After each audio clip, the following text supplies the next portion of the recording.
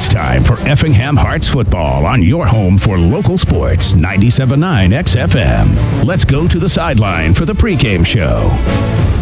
It's a football Friday night. Been a long time since we've had the opportunity to say that, but I am glad to share it with you tonight. Good evening, everybody, and welcome to Klosterman Field at Washington Savings Bank Stadium here at Effingham High School. I'm Greg Sapp, Dustin White alongside, and Wayne upstairs along with Caleb. So we have you double-teamed. And Gail's at the studio. So I think we have everybody in their place with bright, shiny faces, and we're ready to begin the 2022 high school football season. Effingham, coming off a 4-5 season this last year, has had a string of 3 straight playoff appearances snapped by that 4-5. And boy, it came down to the last game last year, and they almost made it, but for Highland. Challenging schedule last year. Effingham had to play some real heavy hitters and had a couple of games, a couple games with a couple of breaks. If they'd gone their way, maybe they'd get to that 5-win threshold. 5 wins with that slate would have definitely got them in. It wasn't to be. Hopefully, though, it's a preparation, a preparation for a good senior season for a lot of kids on the team this year. The Hearts have a lot of kids back at key positions on the line and in the backfield, and hopefully that will mean some success. It's just an exciting year any way you think about it for Effingham football. Well, you think about the team, obviously, but this facility is second to none. And if you haven't had the opportunity to come out here, I sure hope you will, and enjoy what has unfolded here. It was a cooperative venture by the Unit 40 School Board and you, the taxpayers, and a lot of great corporate-minded citizens and community-minded citizens who put up the other half of the cost of this $1.4 million facility.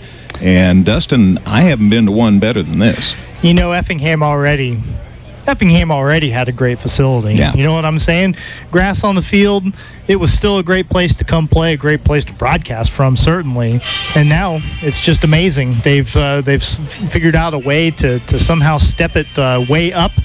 It's a great surface out there. Got a chance to walk around on it a little bit last week at the unveiling, and not that I ever want to get tackled on the field, but I think it would feel the next best thing to grass out there. It's a great facelift that they've given this place, and Effingham should be proud of what they have given their kids, and not just the football team, but all the people who get to utilize this facility. They should be proud of what they've done. Without a doubt, the band's already out on the field, so we'll have the national anthem here in just a second, and so we'll stick around for that as Scott Mosier, the field announcer, asking us to stand and help honor America with the national anthem. As the Effingham High School Red Regiment, our national anthem.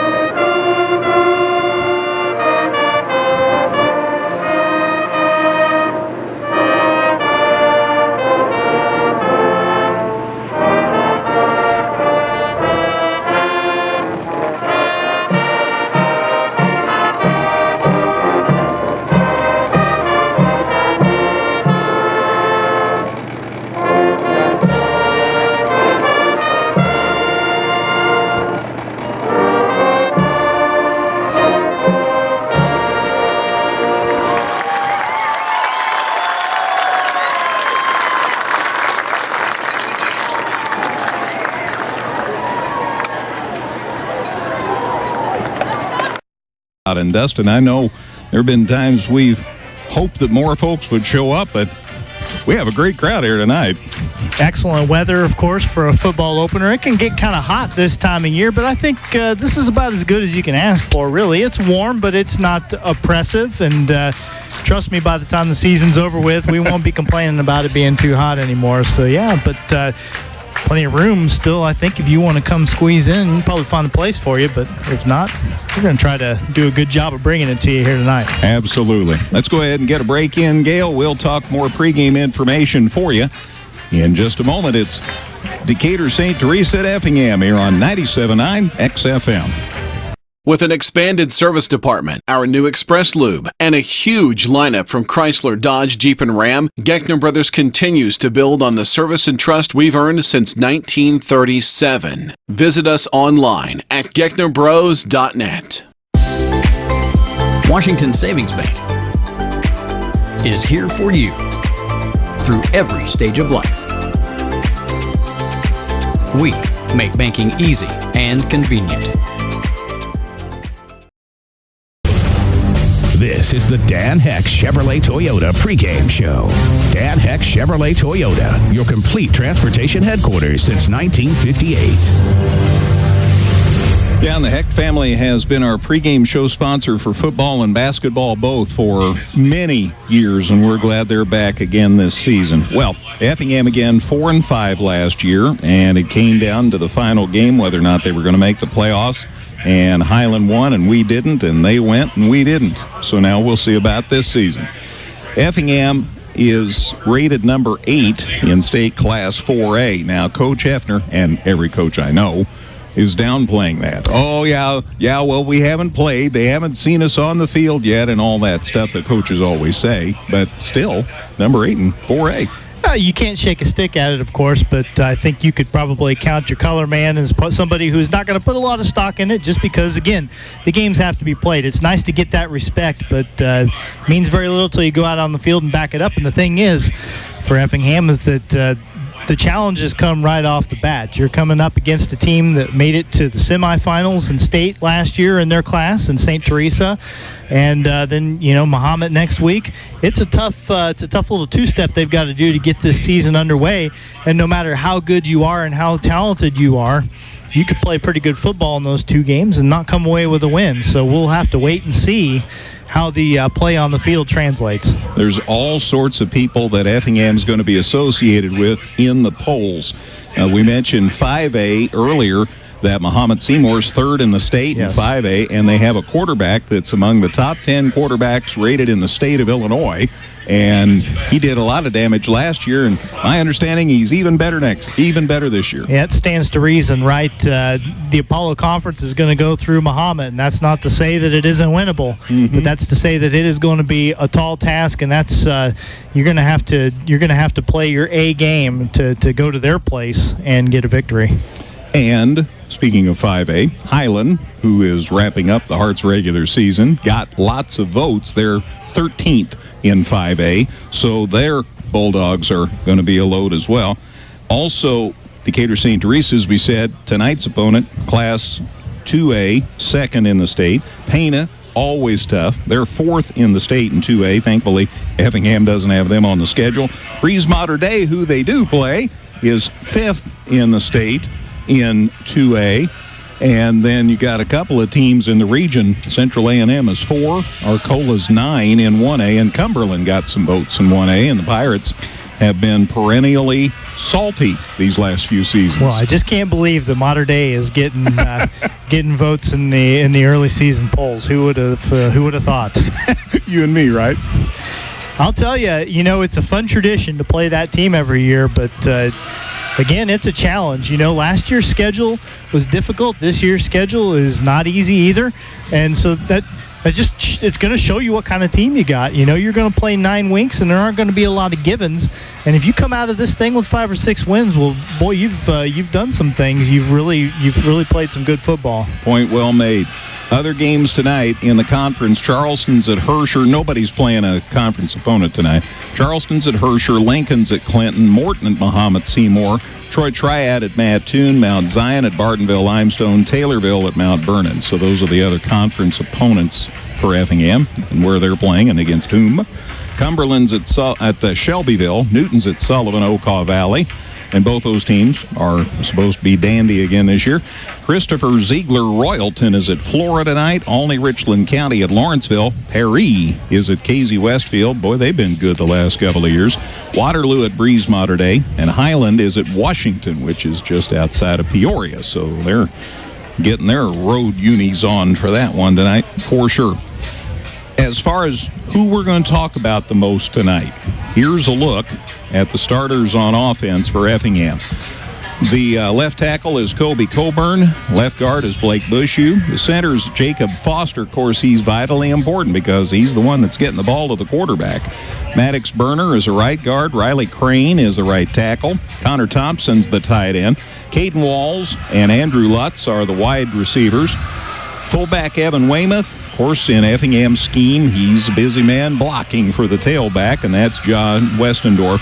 And Tanner Pontius back at quarterback.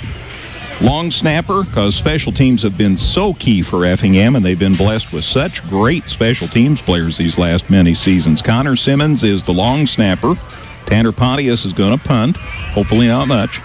And the kicker and the kickoff man is Armando Estrada. And holders, either Zach Donaldson or Garrett Wolf, and we're thrilled that Garrett's healthy enough to be back playing football this year. Now, as far as defensive end, Logan Heil. The tackles are Blake Bushu and Charlie Ring. The other end is Michael Love, talented young man. Also, Spencer Fox and Chris Hemwell are the linebackers. Armando Estrada and Jack Harper. Jack's a move-in. We saw him play baseball in the spring. He's going to be a load. So he and Armando are the defensive backs, along with Miles Baxenden, Connor Simmons, and London Wrinkle. Punt returns and kick returns, John Westendorf, and kick returner Weldon Dunstan. So those are the guys we're going to be talking about a lot tonight. Well, and let me just make a few points about that group that you just read off. First of all, a lot of experience. On the lines, you've got a lot of seniors, a lot of returning players, and that's always important. These games are won in the trenches. We call out the quarterback and the running back and the receivers' names a lot, but the fact of the matter is that the game is typically won right there on the line of scrimmage, and you've got a lot of good players there. Armando Estrada was the leading receiver on Effingham's team last year. He kind of worked his way into the scheme as the season progressed. Well, now he's a defensive back, and that's a place where I think Effingham could potentially be a lot stronger this year with some of the guys that they have in play. So that'll be an interesting thing to watch. And, really, it's just you read off the lines, the offensive and defensive lines. Well, there's only one repeat between those two. And that's something that Effingham has got the luxury to do, that they have been doing for years now, and that is to get those guys off the field and be rested. And that's always the thing to keep an eye on as the game rolls on, as you get into the third quarter and the fourth quarter.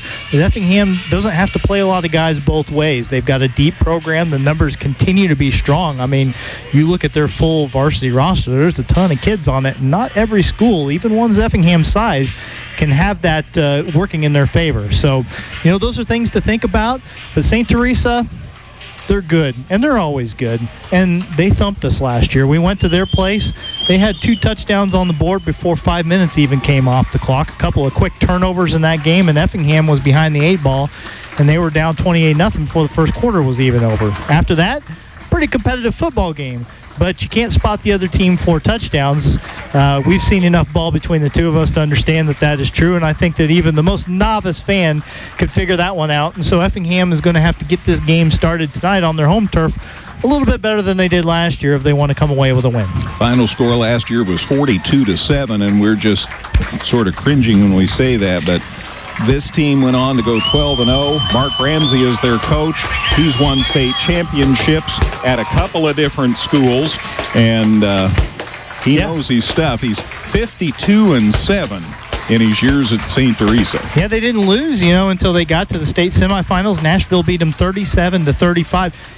Effingham lost by 35 points to this team, but they scored 640 points and gave up just 136 last year. So actually, by losing by 35, Effingham was one of the closer games that they had all season long. They beat Pickatonia 28-22.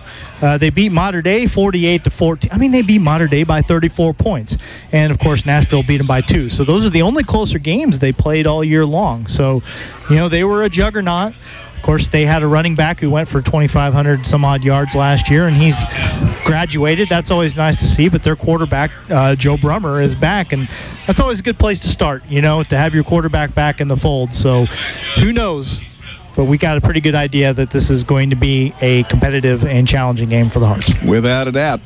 Want to remind you, in addition to the fact we had baseball Wednesday night, we have football tonight, we have 4 baseball games tomorrow. We're doing all 4 games at Teutopolis of the Wooden Bat Tournament. St. Anthony and T-Town having a rematch of Wednesday night. They'll play at 9 o'clock tomorrow morning, and then at 11, Dietrich plays North Clay. The losers play at 1, the winners play at 3 o'clock. We'll have the morning games on KJ Country. Then, when it's getting close to NASCAR time, we'll have the afternoon games on 97.9 XFM. So that's our plan. We have NASCAR right now. The Xfinity race is underway at Daytona. You can hear that on your home for NASCAR, KJ Country at 102.3. And tomorrow it's the Cup race at Daytona. Coverage on that at 5 o'clock. So plenty on the plate, you bet. We are just about ready for football. 97.9 XFM, WXCF in Effingham, Illinois. Great crowd here at Klosterman Field. Here's the kickoff, heading to the south side of the stadium. Effingham fields it and comes to the middle part of the field and out to the 20-yard line. Gosh, it's easy to see those lines. And hitting the turf is the return man. And once the crowd clears, I'll tell you that is the Hearts' number 7, and that is Weldon Dunson. Yep. He and John Westendorf are expected to be the return men this year. Deep kick. He took it at the 5, brought it out to the, looks like they're going to spot it right at the 20, so 15-yard return. 1st and 10. First play from snap. It's a Brennan game. John Westendorf gets it, and he stopped right at the line of scrimmage. So no gain. It'll be 2nd and 10 as the ball remains at the 20-yard line. John Westendorf was a revelation last year, ran for almost 1,000 yards, and had a 100-yard-plus game against St. Teresa to get the season started last year, so they're going to need more of the same from him. He's a tough guy to bring down, but they did get him down to the line of scrimmage to start this one. This massive scoreboard, holy cow, it's easy to see what's going on. So 2nd and 10 at the 20 from the shotgun. There's the snap. They fake the handoff. Now they do give the ball away. And Westendorf rolls out to the 25. I think that's where they're going to spot it out. Bring up a 3rd and 5 on the 5-yard gain for John Westendorf. A little bit better there after being stood up at the line of scrimmage the first time. You wish you would have gotten just a yard or 2 on that previous carry to make it a more manageable 3rd down here. But we'll see what they draw up from the 25. 3rd and 5. We'll see what happens here. Again from the shotgun, Pontius. There's the snap, looking to throw across the middle. It is too high and incomplete, and that'll bring up 4th down. Hearts were looking to go to the middle, and again, Garrett Wolf was the man across the middle, and the ball was overthrown. Incomplete, stops the clock with 10:45 to go in the opening quarter, brings up a 4th and 5. Just given the injuries that Garrett's had to come back from, the fact that we're calling his name in a football game, hard for me to wrap my mind around. Pretty exciting.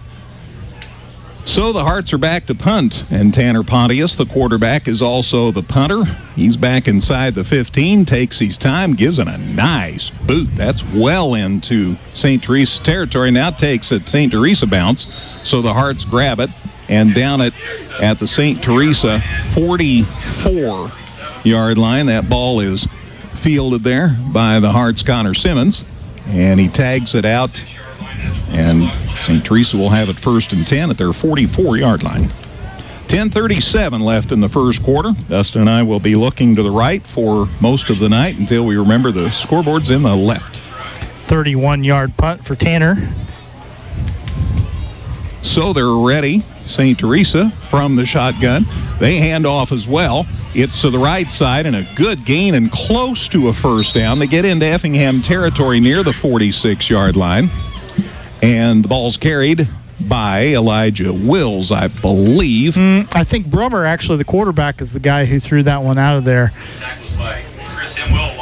It's hard to see, but I saw him come out of the stack and throw the football to the official. A lot of sunshine. All right, thank you.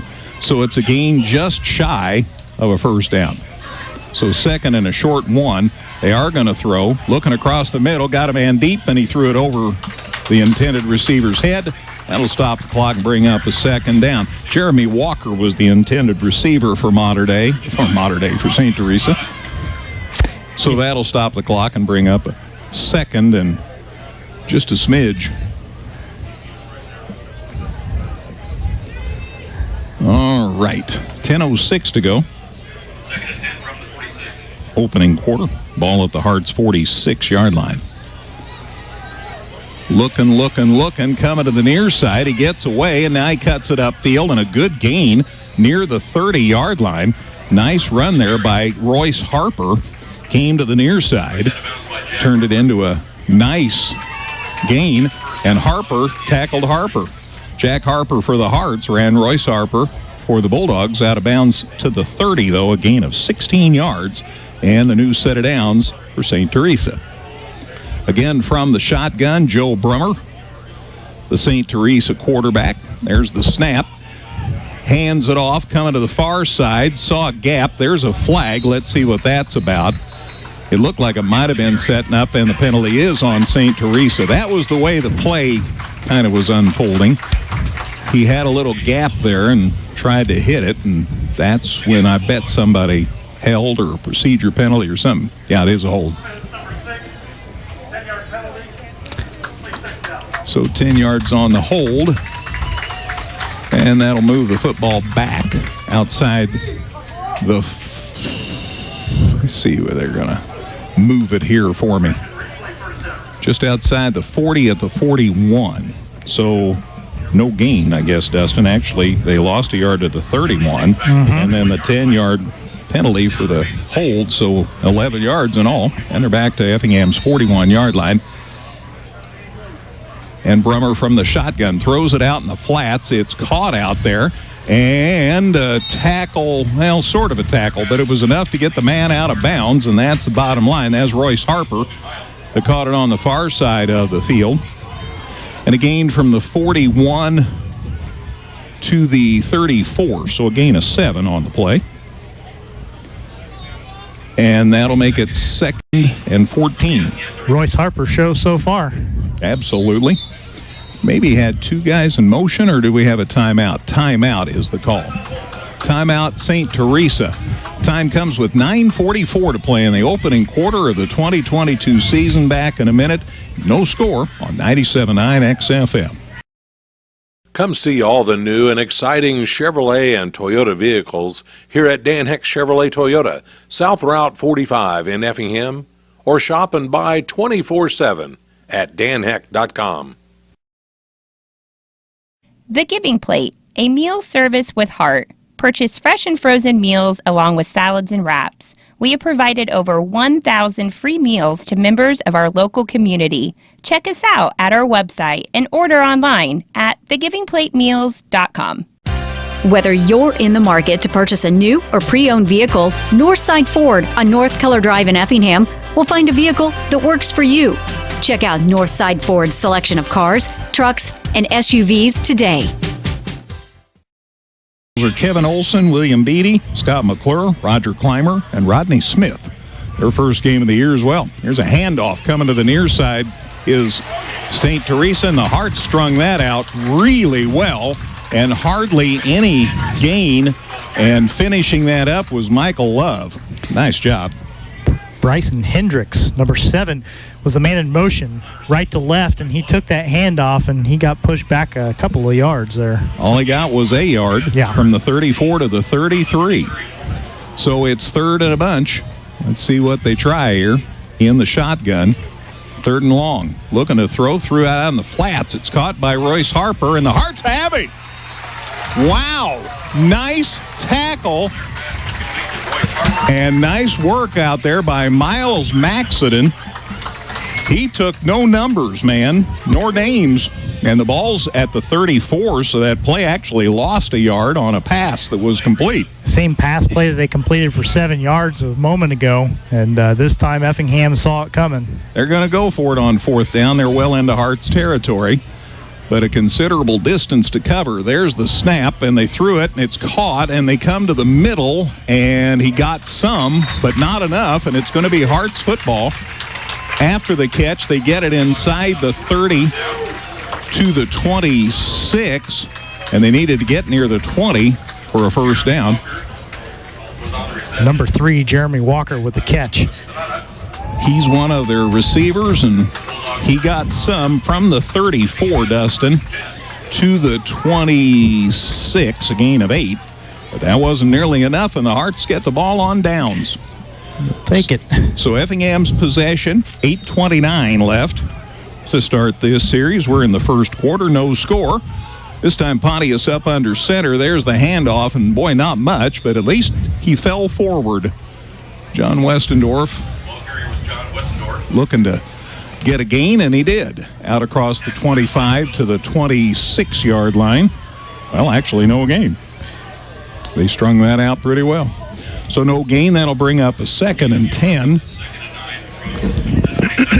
They are going to call it the 27. Excuse me, Yes, Dustin. they changed the scoreboard late on you. They did give him a yard, but pretty generous. So 2nd and 9.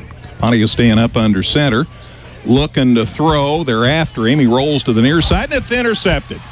Picked off by Royce Harper, and he's going to score. Touchdown, St. Teresa. Well, Pontius tried to roll to the right, and so he couldn't get a lot on the throw, and Royce Harper was the man in just the right spot at just the wrong time for Effingham, and he runs it back for the score. This is eerily reminiscent of last year. And we talked about it already. Right about the line of scrimmage was where Harper was at when he picked off that pass. Pontius was rolling out to his right, throwing on the run, and whoever the intended receiver was, the ball never got close to him. Harper picks it off, goes in untouched, a 27-yard interception return for a score, and the Bulldogs have the first lead of the game. And they're going to try the extra point here. There's the snap, the placement, the kick is up. It looks good, but it's not good. Wide to the right. But it's 6-0 St. Teresa. 7:44 to play, opening quarter, 6-0 Bulldogs. Back with a kickoff in a minute on 97.9 XFM. With an expanded service department, our new Express Lube, and a huge lineup from Chrysler, Dodge, Jeep, and Ram, Geckner Brothers continues to build on the service and trust we've earned since 1937. Visit us online at gecknerbros.net. Washington Savings Bank is here for you through every stage of life. We make banking easy and convenient. Well, the interception run back 27 yards, and St. Teresa has a lead, 6-0. The extra point try was no good. Hearts get it back about the 5-yard line. Nice return here by Westendorf. He gets it out near the 25-yard line before they finally take him down. So good position for Effingham, all things considered. What about a 20-yard kickoff return? Somewhere in the neighborhood, yep. Westendorf getting his chance. Weldon Dunston took the last one back. So Effingham going to need to get the football moved a little bit, though, as they have had a little trouble so far. Call it the 23. That's where this will start. And the Hearts start it with 7:37 to go in the first quarter. 6-0. St. Teresa on the interception. Here's a handoff. No, Pontius kept. And he falls forward out across, or at least to the 25. So he got a couple of yards. Yep, faked it to Westendorf going to the left and instead went just right of center. A little bit of room, not much, couple of yard pickup. So 2nd and 8. Just underway in our first game of the 2022 high school football season. Pontius back to the shotgun here on 2nd and 8. There's the snap looking to throw. Here comes a blitzer, and the pass is caught. Nice grab, and a gain to the 35. And was that Connor? No, that's Andrew Lutz. Number 1-1 made the catch, and it's complete to the 35-yard line, so a gain of 10. And the Hearts Avenue set of downs. First down of the season for the Hearts. Andrew Lutz with a 10-yard reception. He and Caden Wall's going to be catching a lot of footballs, we hope, this season. 1st and 10, there's the snap. Pontius keeps. Nice gain. Gets it out across the 40 to near the 43-yard line. That worked well. And boy, anytime your quarterback is mobile and can help you, that's just one more weapon that defense has to think about. The gains to the 42, a gain of 7. It's 2nd and 3. Well, and after basically handing the ball to Westendorf the first couple of possessions and then having your first having a pass attempt picked off on the last one, good just to see some forward movement and some other guys getting in on the action. From the shotgun, Pontius brings a man from the left side. There's the handoff coming to the near side, and Caden Walls got destroyed, and now a flag's thrown. The handoff on the sweep was to Caden Walls, and about the time he got hit, a flag got thrown. And let's see what that's about. Yeah, Walls was in motion left to right. The snap was a little bit low, but Pontius able to handle it and make the handoff in a fluid handoff. It didn't have to slow Walls down any, but still waiting to see what this penalty is. We all are. It's going to go against the Hearts, and it is a hold on the Hearts. See where they set it down. They set it at the 31. The gain was to the 42. So they're calling it the 32 on the scoreboard. So the gain was the 42, and the hold must have happened right there because they walk it back 10. So the ball's at the 32, so still second down, and 13 to go. Hearts go to Muhammad Seymour next week. Coming to the near side, Pontius, they're after him, gets the throw away, and it's stolen and dropped. Man, it got picked, but thankfully the guy juggled it and couldn't secure it, so the ball falls incomplete. But that's twice now Pontius has tried to throw on the run, and it hasn't worked out well either time. That was Matt Brummer, number 42, along the left sideline, the near sideline here. Just couldn't quite do the tightrope walk to pull that one in, but the problem started for Pontius in the fact that he was on the run almost as soon as he took the snap, rolling to his right, running for his life, throwing, kind of, I don't want to say in a panic, but certainly not comfortably. So the ball's at the 32, incomplete, and now it's 3rd and 13. Pontius again in the shotgun, and now the Hearts bring Walls from the left side, and I think we've got a timeout. Timeout Hearts. Timeout Effingham, 5:39 to go, opening quarter. Back in a minute here at Klosterman Field at Washington Savings Bank Stadium. It's St. Teresa 6, Hearts nothing on 97.9 XFM. Come see all the new and exciting Chevrolet and Toyota vehicles here at Dan Heck Chevrolet Toyota, South Route 45 in Effingham, or shop and buy 24/7 at danheck.com. The Giving Plate, a meal service with heart. Purchase fresh and frozen meals along with salads and wraps. We have provided over 1,000 free meals to members of our local community. Check us out at our website and order online at thegivingplatemeals.com. Whether you're in the market to purchase a new or pre-owned vehicle, Northside Ford on North Keller Drive in Effingham will find a vehicle that works for you. Check out Northside Ford's selection of cars, trucks, and SUVs today. They bring the man in motion from the left side. Now, instead, Pontius steps up, going to throw, got a man in the middle, and it is incomplete. Boy, it was a great throw and a great defensive play. There's nothing to complain about what Effingham tried to do there. It looked like the intended receiver was Jacob Weaver right across the middle, and a nice play by St. Teresa to knock it away. Well, there was a pocket there for Pontius that time. He stepped up, made the throw. It might have been slightly underthrown, but pretty good coverage back there, one-on-one. Just couldn't quite get it over the defender's head. And so 4th and 13, Effingham's going to have to punt. Incompletion stops the clock with 5:32 left in the first quarter. Pontius, high snap, but he's got it. And there's the boot, and he hits it good. Man, it lands at the 30 of St. Teresa and then takes an Effingham bounce. It's inside right at the 25-yard line. So a nice boot by Tanner Pontius. And the ball right at St. Teresa's 25-yard line. So from the 32 to the 25, that would be a 43-yard punt. That's right. Much better than his first one. Not that his first one was bad, but it goes from 31 to 43 this time. Mostly because his first punt checked up and came back the other way. This one had the right bounce on it. So St. Teresa starts at their 25, 5:21 to go in the first quarter. 6-0 St. Teresa. They scored on a pick that turned into a touchdown on the return. Snap to Brummer. Quarterback keeps it. He's dumped at the line of scrimmage. Boy, nice response by the Hearts. And Logan Heil, who's one of the returning starters from last year, with a nice tackle. Yeah, that's a name you're going to hear a few times this year. Don't worry. He's an active guy defensively and brings Brummer down at the line of scrimmage. So 2nd and 10. Yeah, we ended up seeing Logan play a lot of basketball last year. Yep. Here's the snap in the shotgun. Brummer rolls to the far side, now passes, and it's caught, but was he inbounds? Yeah, they're going to say he's inbounds for the catch. And the catch is out across the 30 to the 33, gain of 8, so it'll be 3rd and 2. Bryson Hendricks making the catch there. Doing a good job of staying in bounds. Yeah, there wasn't much room. He was walking the tightrope, no doubt. So 2nd and 2.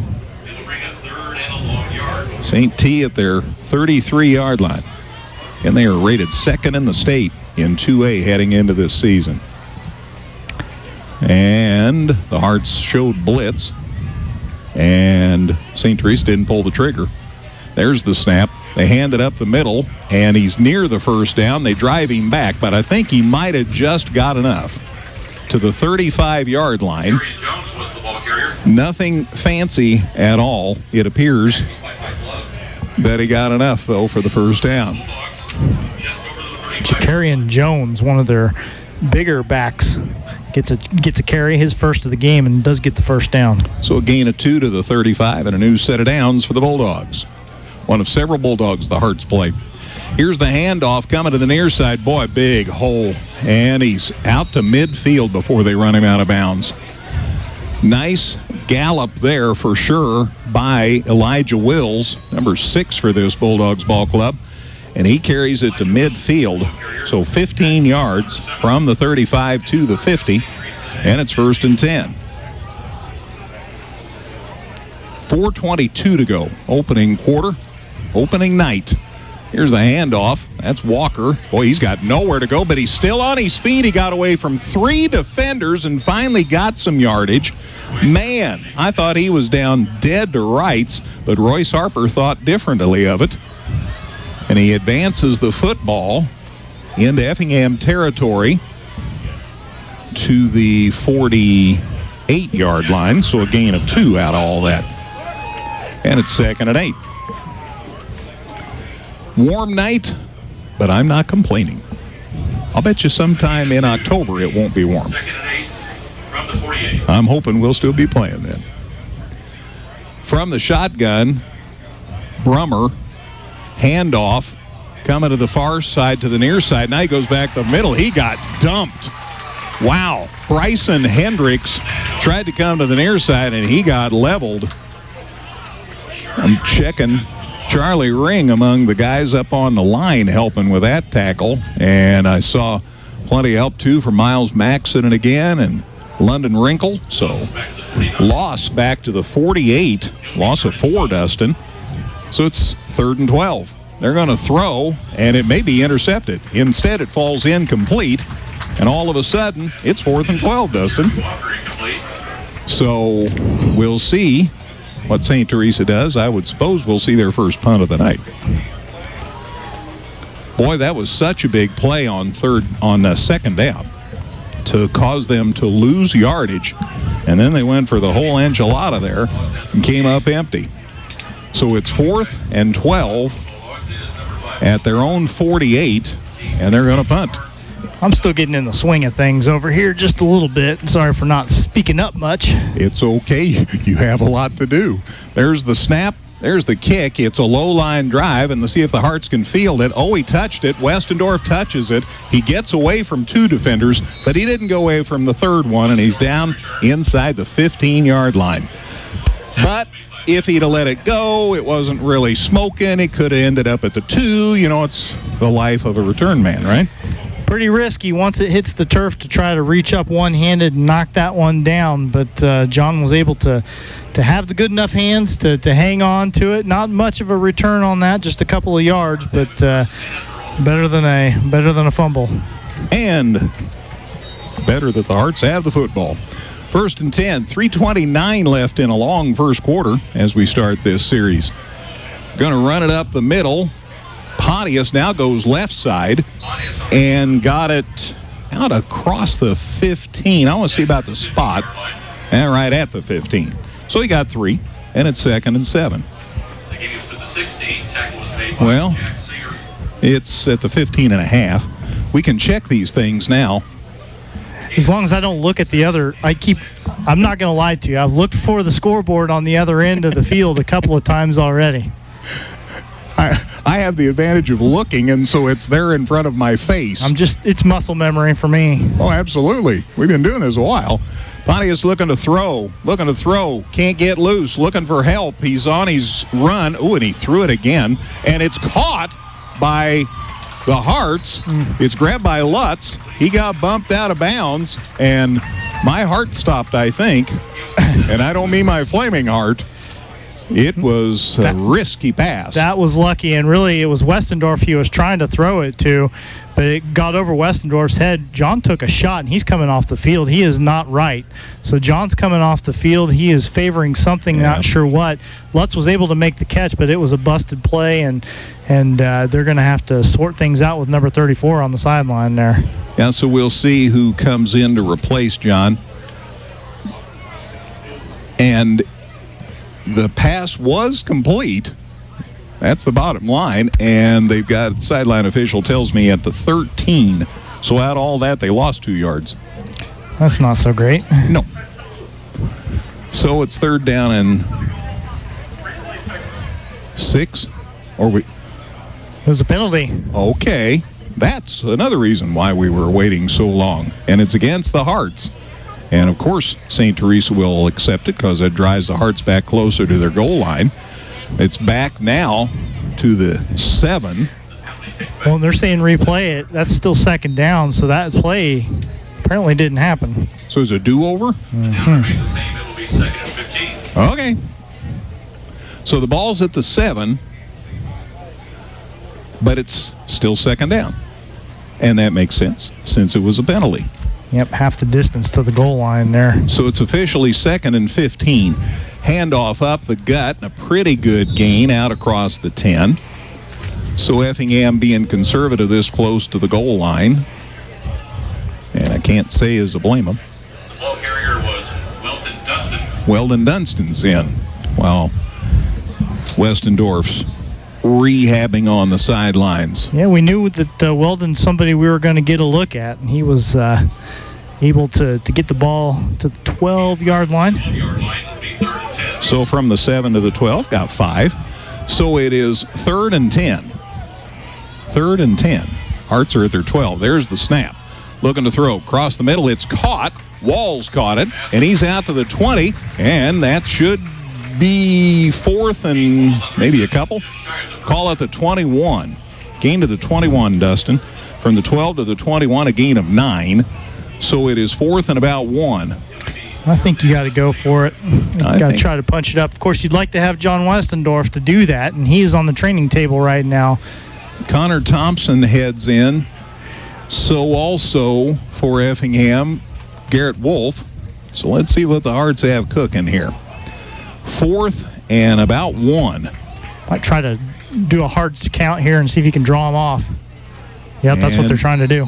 They tried that, and St. Teresa didn't jump, so now it's timeout Effingham. So the Hearts burn a timeout, 54 seconds to go in a very long first quarter. It's St. Teresa 6, Hearts nothing, here on 97.9 XFM.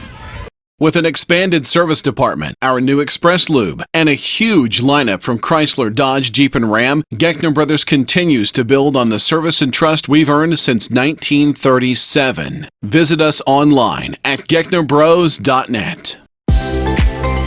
Washington Savings Bank is here for you through every stage of life.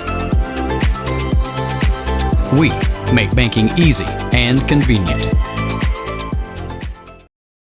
And I were talking during the break there. It was 28-0 Mater Dei, or 28-12 St. Teresa after the first quarter last year.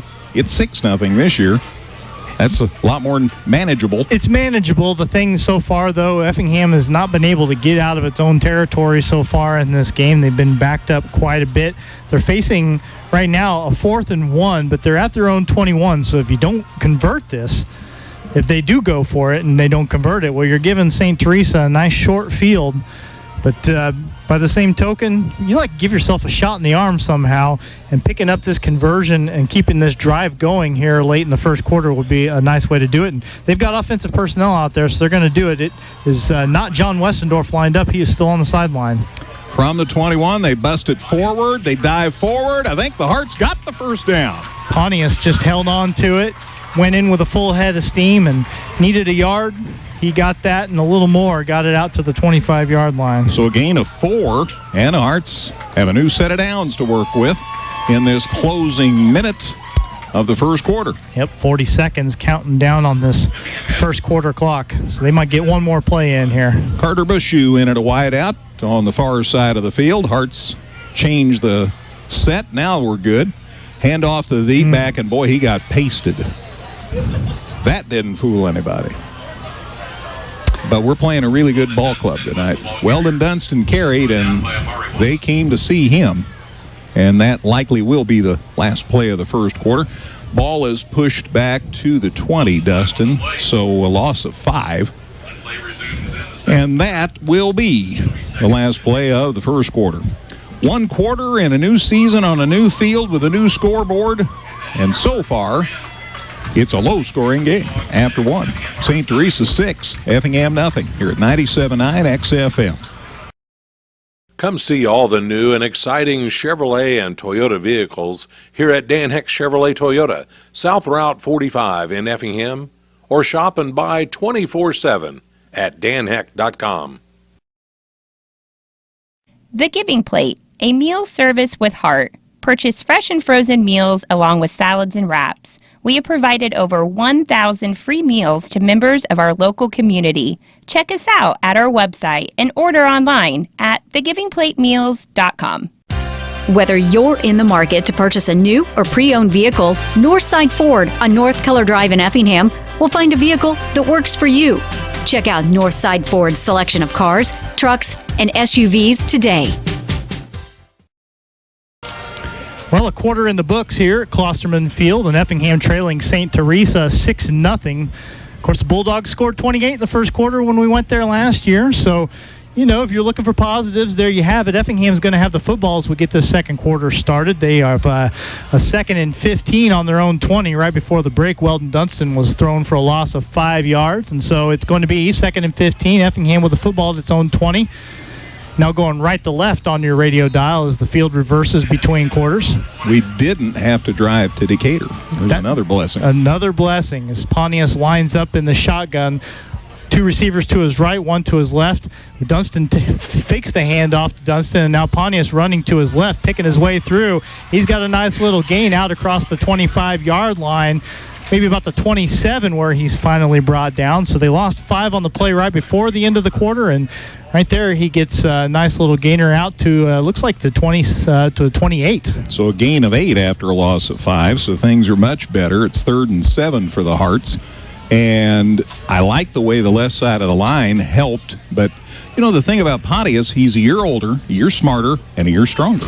Yeah, I mean, he's got a lot of experience back there at this point, and that's going to be counted on. And knowing, you know, how to read the blocking and do everything else as Tanner goes to the shotgun. He is alone in the backfield, got a man in motion to right to left, fakes the handoff to him, rolls to his right, throw on the run. That pass is caught.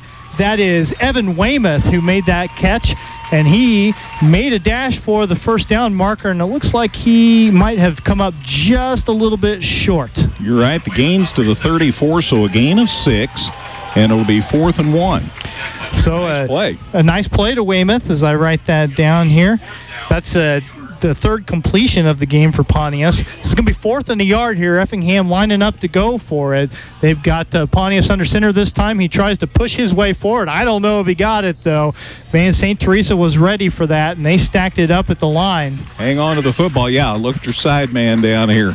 Well, I'll tell you what, the side judge is a little more generous than I thought he was going to be, and he is signaling that they need to move, I think. I thought he signaled first down. Yeah, they set that thing down on the other side of the 45-yard line. Move those sticks, guys. So Effingham, its first rushing first down of the game. Pontius with a run, went from the 34 to the 36, we'll call it, a 2-yard pickup and a first down for the Hearts.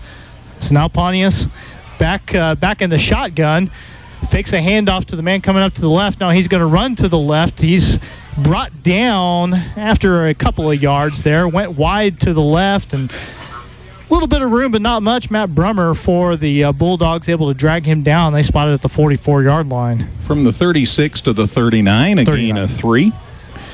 And I'm liking this, Dustin, because every play now is positive yardage. Well, that's the thing. This is Effingham's most prolonged drive. No matter what happens here, they've been able to move the football a little bit. Still not in St. Teresa territory yet, but at the 39, this is probably about as far as the Hearts have been able to move it. So now Pontius lined up in the shotgun, man to his right in the backfield, 2 receivers to the right, 1 receiver to the left. He takes that snap. He is going to throw it. Goes deep to his right, double coverage, but over the head. Boy, I'll tell you what, there was a step there. Jack Harper had a step there on the right, but could not find the room. Pass goes over his head. Again, double coverage there, and it falls incomplete. Yeah, there was not any room for Jack to even get his arms up over his head to catch that, because great coverage by the Bulldogs. So the clock stops, bringing up 3rd down. That was the 11th play of the drive for Effingham. 9:35 to go here in the second quarter. Hearts trail St. Teresa 6-0. They've got a 3rd and 6 coming up. Hearts at their own 39-yard line, back in the shotgun. Pontius with a man to his left. That man comes out to the left, but the pass instead goes to the right. That's caught by Jacob Weaver, and he is going to be stopped just shy of the first down marker. Boy, I thought he was going to get there, and instead he's got probably a good 2 yards to go before the marker. They didn't let him turn to his left, which is what I thought he would do, and get himself open enough to get the first down. But nice defense by St. Teresa. Yep, 44-yard line. Effingham's 44-yard line is where it is spotted, so a 5-yard pickup on the pass. 4th completion of the game for Pontius. He's 4 for 9 with 30 yards in that interception. And Effingham on 4th and 1 is going to try and go for it again. They've got a yard to get. 2 men in motion. They go from the right side to the left side. Now the snap under center. That one is handed off to the deep back, and I don't think he got it. No.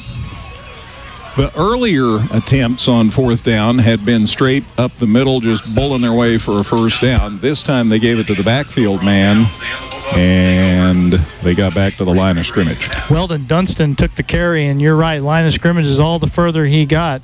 So no gain for Weldon on his 3rd carry of the game, and with 8:43 to go in this second quarter, Effingham will turn it over on downs. So with the low score, seems like every play is magnified. Effingham still little trouble on offense, but as I said, they've been able to generate positive yardage. Just didn't get enough for the first down there. So St. Teresa just a 44-yard field. They have the 6-0 lead, 8:43 to go in the second quarter. Quarterback takes the shotgun snap. That's Brummer. Fakes the handoff and instead dumps a short little pass over the middle. That is Royce Harper, that catches that one out of the backfield. And that's a first down and then some, as he is brought down. He gets all the way across the 30, in fact, across the 25 before he is brought down. 20-yard grab, Dustin, from the 44 to the 24. So a new set of downs for the Bulldogs. His 3rd completion. Sideline warning. Now remember, that's not a penalty, but it's not a good thing. So a sideline warning has been issued, and they were over on the St. Teresa side of the field. St. Teresa's 4th first down of the game, 2nd through the air.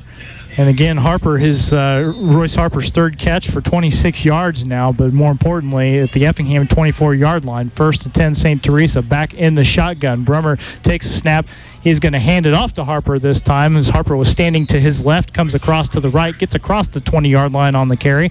another chunk of yardage for these Bulldogs as they are now knocking on the door of the Effingham end zone. A lot of misdirection on that play. I thought the ball had even gotten loose. Not the case. The gain is to the 18, so a gain of 6. And they're not wasting any time. Lined up the exact same way. This time gives it off. There's a nice stop. Elijah Wills that took the carry and had nowhere to go. He was brought down, I think, behind the line of scrimmage there. London Wrinkle. Hello, London. And what a nice effort there. They haven't spotted it quite yet. There it is at the 23, so a loss of 5 there, Dustin. They have been kind of going with the same set a lot as far as the quarterback in the shotgun with a back on either side of him, going to some different looks from that. And before we do anything else, we have got a timeout. Looks like St. Teresa will take it. We'll take it with them. 7:25 to go in the second quarter. It is St. Teresa 6, Effingham nothing. High school football here on 97.9 XFM. With an expanded service department, our new Express Lube, and a huge lineup from Chrysler, Dodge, Jeep, and Ram, Geckner Brothers continues to build on the service and trust we've earned since 1937. Visit us online at gecknerbros.net. Washington Savings Bank is here for you through every stage of life. We make banking easy and convenient. After the St. Teresa timeout, their second of the half. Bulldogs will have the ball here, 3rd and 9, but on the Effingham 23-yard line, so definitely in 4-down territory, Greg. They are leading Effingham 6-0, but looking for more. Stop here defensively would be huge. Empty backfield for Joe Brummer, the quarterback this time. He's got receivers all over the place, 2 lined up wide on each side. Hearts look like they're coming. Man in motion, though, and Brummer faked the handoff to him and then just went up the middle. Someone had a hand on his jersey as he was trying to go up the middle. Pulled him back a little bit, but still was able to get a gain out to around the 20, just shy of the 20-yard line. Credit where credit's due. Chris Hemwall, nice job of coming around from behind to make that stop. St. Teresa wasting no time. They're right back in the shotgun, back on the left, but they're throwing it all the way over the middle. There is the catch out to the 15-yard line or so. That was a little slant pattern. Waiting to see who comes away with it, but it looks like Hearts are saying they've got the ball. Yeah, they're saying the ball came out. And they are. The officials say that is a turnover, a fumble after the catch. So the ball was caught, and then the fumble on the tackle. Effingham recovers, and the ball is going the other way, Greg. So the ball was on the 21, so it's a 1-yard gain, and then the turnover. So Effingham will have it 1st and 10 on the 15-yard line, and now we've got... Okay, so it wasn't that the ball came out. I think what they're saying is that it was 4th down, and the Hearts thought they stopped them. I guess that was the case. I thought that was a 3rd down play, though. St. Teresa says, well, I guess you'd measure either way, right? I might have got a little over anxious there. Ball is spotted right on the 15. Nose of the football's just over the 15. And they did not get it, and the Hearts get the football. So that worked out well. The gain, the ball had been on the 20. They got to the 15. The ball came loose, and they checked, and the ball did not get far enough to get a 1st down. Now, if you're right and it was 3rd down, I'm not sure about the details, but the bottom line is it's a fumble and the Hearts get the football. Or it was 4th down and they didn't get the 1st down and the Hearts get the football. Good news either way. So 1st and 10 Hearts, but it's at their own 15. Looking, handoff up the middle and out across the 15. Nice to say John Westendorf back in the game. And he advanced it 1 yard. 1 yard gain to the 16, and it's 2nd and 9. And they quickly snap, run up the middle. Nice gain that time out near the 25-yard line. And they got about just all the yardage they needed. And that was Westendorf again, I believe, and so it's to the 23. And trying to get away is Pontius. He's still on his feet. He got hit, and he gets to the 25, and he got the first down. Well, so Effingham has gone to a hurry up here, and now there's lots of time left on the second quarter clock, but they're just trying to keep them on their heels. So from roughly the 15 out to the 25, and a new set of downs for the Hearts, and Westendorf with a handoff, cutting it up the middle, and he's out near the 35-yard line, close to another first down. Gain to the 34, gain of 9 for John Westendorf. So the gain from the 25 to the 34, gain of 9, and it's 2nd and 1. And now it's St. Teresa wants time. So timeout Bulldogs. 5:52 to go second quarter. It's St. Teresa 6, Hearts nothing, but the Hearts are moving the ball here on 97.9 XFM. Come see all the new and exciting Chevrolet and Toyota vehicles here at Dan Heck Chevrolet Toyota, South Route 45 in Effingham, or shop and buy 24/7 at danheck.com. The Giving Plate, a meal service with heart. Purchase fresh and frozen meals along with salads and wraps. We have provided over 1,000 free meals to members of our local community. Check us out at our website and order online at thegivingplatemeals.com. Whether you're in the market to purchase a new or pre-owned vehicle, Northside Ford on North Keller Drive in Effingham will find a vehicle that works for you. Check out Northside Ford's selection of cars, trucks, and SUVs today. 2 big gains in 2 straight plays here for the Hearts. 10 yards for Pontius and then 9 there for Westendorf. Well, and forcing St. Teresa to burn its last time out of the half because they got caught flat-footed. Effingham goes to the hurry-up, and St. Teresa has to make some adjustments, and using their final timeout, still 5:52 left to go in the half. Pontius stays in the shotgun. There's the snap. Here's the handoff coming to the near side, and no, they ran it up the middle. Great fake. Yeah. As Pontius held on to the football, and he got it out across the 35, and that should be enough for first down. So Pontius got 2 yards, and now we're going to have the whistle to make sure we have a first down or not. I'm pretty sure they got it. I keep judging by the side official, but I see the stick, and now I'm not so sure. Effingham wants to go, so they're certainly not in favor. There. Well, they moved this. They moved it all the way to the 36, so gave them an extra yard on that play, and now it should definitely be a first down, yes. Ho, ho, ho. Merry Christmas. That worked out. So a new set of downs for the Hearts at their 36. There's the snap. Here's the handoff. And driving and diving out across the 40-yard line. Nice run there by Effingham. As a good job by Weldon Dunston. And he gets it to the, now they scored at the 40. So a gain of 4, Dustin, 2nd and 6. Gonna throw. Pontius steps up. There's the throw. Got a man. It's Lutz, and he can't get there in time. Incomplete. Boy, that is something, Dustin, the Hearts may come back to later in the game. So Lutz is a pretty popular receiver for Pontius so far. Yeah, if he can get those throws on the money a little bit. And St. Teresa's coverage has been pretty good, but I think a couple of a little bit better throws, and you might have had something there. It is the first game of the season. Absolutely. So ball still at the 40. That'll bring up 3rd and 6. They're running. Pontius, might have got bent like a pretzel there. Got some, but not enough. The gain's to the 42, so he got 2 yards. So it's 4th and 4. Some of the snaps have been a little bit low. Pontius has been able to make something out of them so far, but something to keep an eye on there. So the Hearts with the ball at their 42. It's 4th and 4. So far they have gone for it in these situations. And it looks like they will again here. Pontius not back far enough to punt. There's the snap, looking to throw. Caught out here by Dunston in the flats. He gets it out across the 40, but that's not enough for a first down. Yep, just too much closing speed in the secondary for St. Teresa.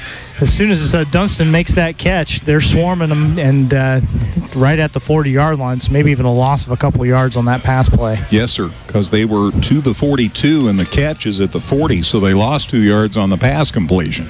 So it'll go over to St. Teresa on downs. Why I have Mater Dei in my head, I don't know. Maybe we used to start the season with them for 10 years. Maybe that's why. Anyway, 1st and 10 for the Bulldogs at the Hearts 40. Well, now you really want to keep them off the board here. You did some interesting things there, but the bottom line is it's a short field, and you don't want them to get any more points on the board before halftime. Still 4:22 to go. Joe Brummer's the St. Teresa quarterback. He and Royce Harper are looking at the sidelines, and now St. Teresa has to run another player in, and I don't think they ran him in time. Delay of game because they were out of timeouts. Yep, they couldn't call the timeout. So if nothing else, the hurry up that Effingham did that last possession pays some dividends here in the form of 5 penalty yards. Back to the Hearts 45. Nothing wrong with that. And it's 1st and 15. Down to 4:22 before halftime. From the shotgun, Brummer gets the snap, fakes the handoff, brings it up inside the 40 on his own. So he got some yardage. Call it the 38. So a gain of 2. And that'll make it 2nd and 8. Boy, just not a lot of big numbers so far offensively for either team. This game's been a bit of a slog. Under 4 minutes to go, second quarter. There's the snap, there's the pass, caught out in the flats, and good pursuit and a great tackle for Effingham. Nice job, Michael Love. Flag came in late, though. Let's see what that's all about. The pursuit and the tackle were good. Did something happen afterwards? Hope it's not a horse collar tackle. He got him from behind. It didn't seem like it. No, it didn't look like it was high. But also across the field from us, so I will just wait. It was a horse collar. I was afraid of that because when you get a guy from behind, even with the best of intentions, that often gets called. So, spot of the football was just shy of the 40. So 2 yards back from the line of scrimmage. They move it up 15 to the 25. So that nets out to a 13-yard penalty. And a first down for St. Teresa, which is exactly what the Hearts didn't want. So 1st and 10 at Effingham's 25. They stay in the shotgun. Got a man in motion. There's the snap. There's the handoff. Running it up the gut. They go to the left side, and he gets it inside the 20-yard line. Royce Harper, the ball carrier. He's been doing that a lot tonight. See where they spot this, though. He has, that's Harper's 6th carry, but they have handed the ball to several different guys here and there, so they're mixing it up. He's definitely the primary man. Give him 6, Dustin, from the 25 to the 19. So 2nd and 4. Again, they're out of timeouts. Looking to throw, coming to the near side. The ball's caught right about the 15, and good pursuit by Effingham. And a couple of guys in on the stop, and among them was the Hearts number 4, Jack Harper, and Connor Simmons was there too. So the pass was complete, but a nice tackle. Ball's at the 16, so a gain of 3. So it's 3rd and 1 at Effingham's 16-yard line. Hearts trail 6-0. Boy, you'd love a stop. From the shotgun, there's the snap. They hand it off, and they run it up the gut, and they hit a guy once, and he's still not down. They hit him again, and he's still not down, and now he's down. And they lost yardage on the play. Jakarian Jones, a 5'8", 243-pound junior, and that's why it took more than one person to bring him down. Okay, he's like a fire hydrant out there. Take your pick on tacklers. That is, call it the 18, so a loss of 2. That helped. My goodness, he's a determined lad.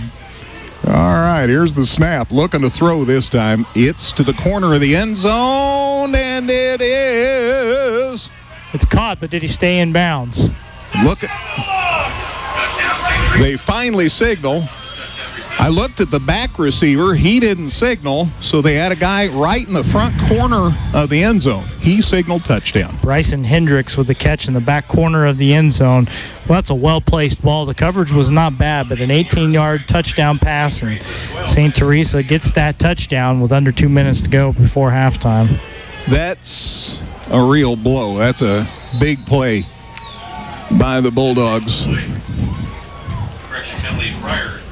And there also was a penalty flag thrown. Oh, it's a sideline warning, not a penalty. So both teams have got one now. So a little chippy, but no penalty. So it looks like they're going to go for 2. So the touchdown makes it 12-0 St. Teresa. There's the snap. There's the pitch. They're coming the other way. There's the throw. It's caught and dropped. So the 2-point conversion attempt is unsuccessful. Yes. The pass actually came from Matt Brummer, who took a handoff and then threw it to the man in the end zone, who was open. They had 2 choices open in the end zone. The guy just flat dropped it. And that's the name of the story. So, Gail, let's take a quick break. Minute 47 to go second quarter. It's now St. Teresa 12, Effingham nothing on 97.9 XFM. With an expanded service department, our new Express Lube, and a huge lineup from Chrysler, Dodge, Jeep, and Ram, Geckner Brothers continues to build on the service and trust we've earned since 1937. Visit us online at gecknerbros.net. Washington Savings Bank is here for you through every stage of life. We make banking easy and convenient. All right, they scored with a minute 47 left in the first half on an 18-yard pass play from Joe Brummer to Bryson Hendricks. The try for 2 was no good on a pass, but it extends the touchdown, St. Teresa's lead, to 12-0 with a minute 47 to go before the half. 6-play, 40-yard drive for St. Teresa. 2:35 was the time off the clock there. Thank you. I forgot to ask. Well, I forgot to tell you. We're all just getting back into it. And Effingham just got an unsportsmanlike call, I guess, before the kickoff there. So now Jack Singer, the St. Teresa kicker, is going to be able to tee this one up at the Effingham 45-yard line. Oh, my. That's a couple of 15-yard penalties Effingham's picked up in this first half. Yeah, that's unfortunate, especially with just a minute 47 to go before halftime. Man, if you can get to the locker room and it's only 12-0 after last year, you're going to feel somewhat, well, you're certainly going to know you're still in the game. Yes. So we'll get ready for the kickoff, and here it is. Again, from the Hearts 45, end over end. It hits at the 7. It's fielded on the hop. They're coming to the near side, almost lost his footing. Dunston gets it back and gets it out near the 20 before they take him down. Scored at the 19. So 1st and 10 for the Hearts at their 19. Minute 41 left before halftime. It's 12-0 St. Teresa. Dustin White, how about a touchdown right before we go to the locker room? Well, I'll do what I can. I'll pull the strings that I have available to me. Man, oh man. Next week we go to Muhammad Seymour. They're loaded too. Very good. Nice place to go play, but a tough opponent. Handoff Westendorf. Big run up the middle. He's loose to the 40, to the 45, to midfield. He's into St. Teresa territory. First down, Effingham. Nice little cut there, about 10 yards into the run, went from right to left. Just absolutely faked the guy out of his jock strap there and was able to get some on the end of the run, and then the nice getting the hand in the face mask of the guy trying to tackle him. How about 33 yards to St. Teresa's 48? Handoff again, Westendorf, big hole again. He's inside the 45 to the 43. So a gain of 5. And all of a sudden, well, they're going to call it to 44. So a gain of 4. We strive for accuracy. He's up to 61 yards on 8 carries here. Still 62 seconds. Pontius from the gun. Hand off to Westendorf, and this time they were waiting. Down he goes at the 45. Ouch. Yeah, you go to the well a third time, and this time everybody was waiting. Effingham does have one timeout left, by the way. Down by a yard, back to the 45. Hearts have a player on the turf, and I can literally say the turf. You can, and I'm afraid of who it might be. John Westendorf's already been shaken up once in this game, and I'm watching who's walking back to the sideline. And we don't see him, do we? I don't see him. Well, when he was injured the first time in the game, Weldon Dunstan ended up coming in for him. It is Westendorf. Scott Mosier, the field announcer, tells us he's up sitting now. Yes. And up he goes. And he's limping again. Trainer Troy out there to the rescue.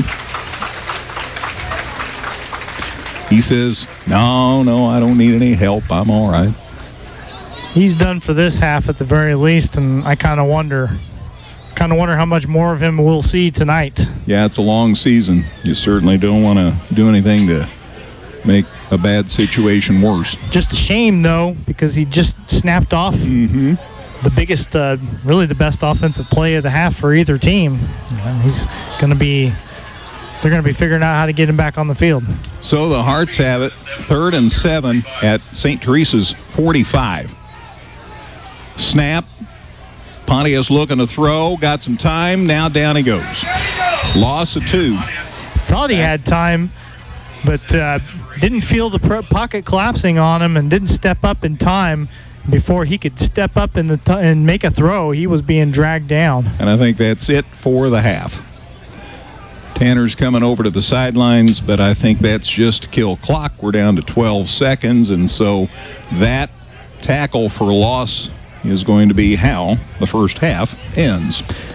But again, better situation than last year by every measurement.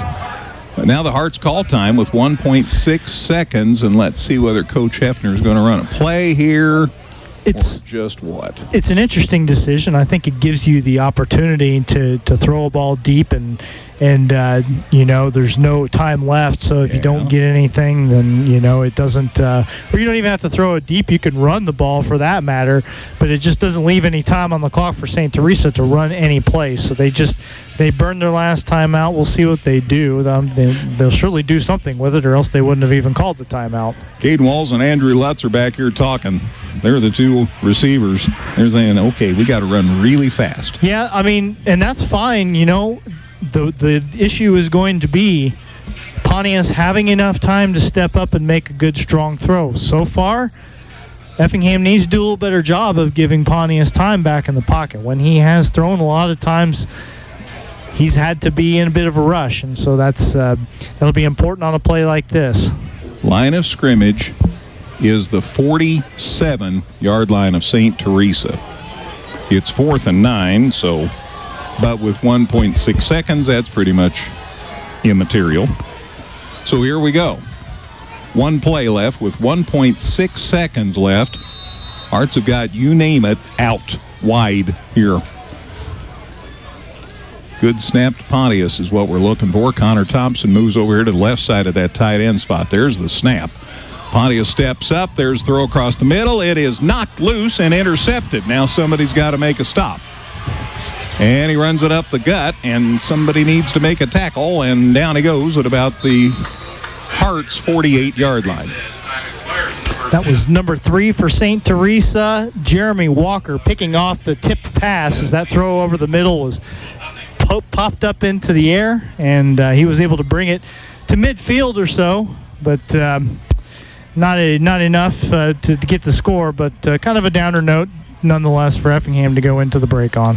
Well, we'll hope for good news about John Westendorf. We'll see what happens after he comes out here at the end of the half. We played the first half of football on opening night of the 2022 season, and at the break here at Klosterman Field at Washington Savings Bank Stadium, it's St. Teresa 12, Effingham nothing. Back with the stats and scoring and you name it in a minute. You're on 97.9 XFM.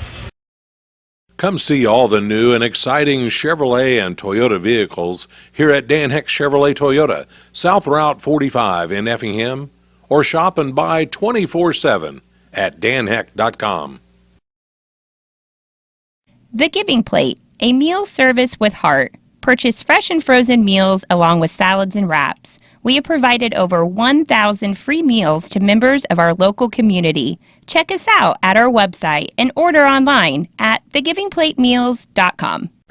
Whether you're in the market to purchase a new or pre-owned vehicle, Northside Ford on North Keller Drive in Effingham will find a vehicle that works for you. Check out Northside Ford's selection of cars, trucks, and SUVs today. Saw Jared Simmons tonight. He's the man who really, he wasn't the only one, but he headed it up as far as taking care of the field before this. And it was a honey of a facility then. Yes. And so shout out to him as we get ready for the kickoff to start the second half. And boy, it is belted. That ball to the 5, and it's caught, and they're running it back up the middle, out across the 20, and down he goes at about the 21. When you kick real deep like that, Dustin, you've got to run a long way. Yeah, it's something that Strada has done so well. Is it was Jeremy Walker that took that kick at the 5-yard line, got back out to about the 20. You return a kick to the 20 and take a good shot like that. You kind of wish that you just let it go over your head and bounce into the end zone, you know? Absolutely. As it is, it's sitting at the 21. And away we'll go. By the way, Wayne tells me that if you like band music and a fan of the Red Regiment, it's on halftime show in its entirety on 97.9's Facebook page. Excellent. Check it out. A lot of movement. There's the snap. I wonder if it's a delay of game. Yep. It is delay of game. So a 5-yard walk-off. So St. Teresa hadn't had enough halftime. That'd be a little frustrating, I think, you know, to come out of halftime and have talked about what you want to do, and before you can even get a play run, you're being marched back 5 yards. So 1st and 15 at the 16 for St. Teresa. Starting the second half of football, it's 12-0 St. Teresa. There's the snap.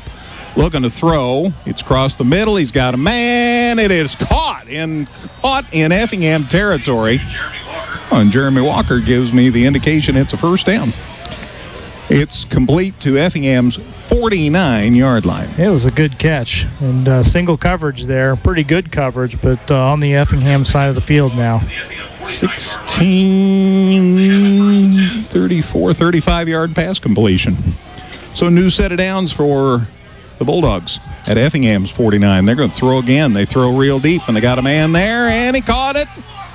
And it's a touchdown. So 2 pass plays, and see ya.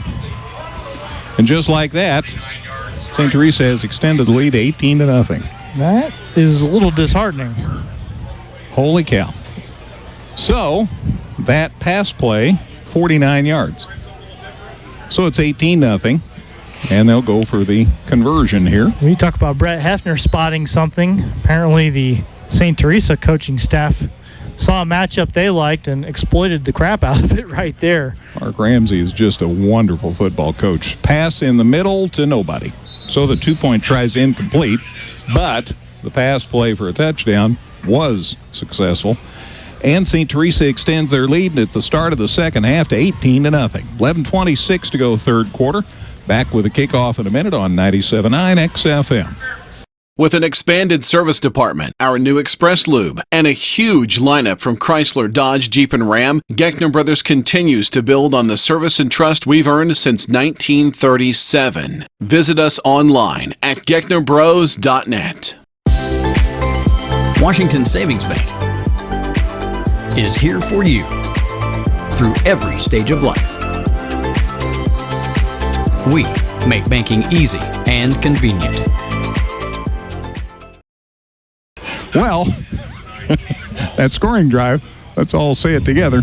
2 plays, 80 yards, took 34 seconds. 2 pass plays to Jeremy Walker for 80 yards. The touchdown was for 49. Pass was no good, so they got to work on that conversion thing. They have not converted one yet, yeah, so I guess finding silver linings. Effingham has stood tall there, but 5-yard penalty at the beginning of that drive and then 2 passing plays, and St. Teresa was adding its 3rd touchdown of the game.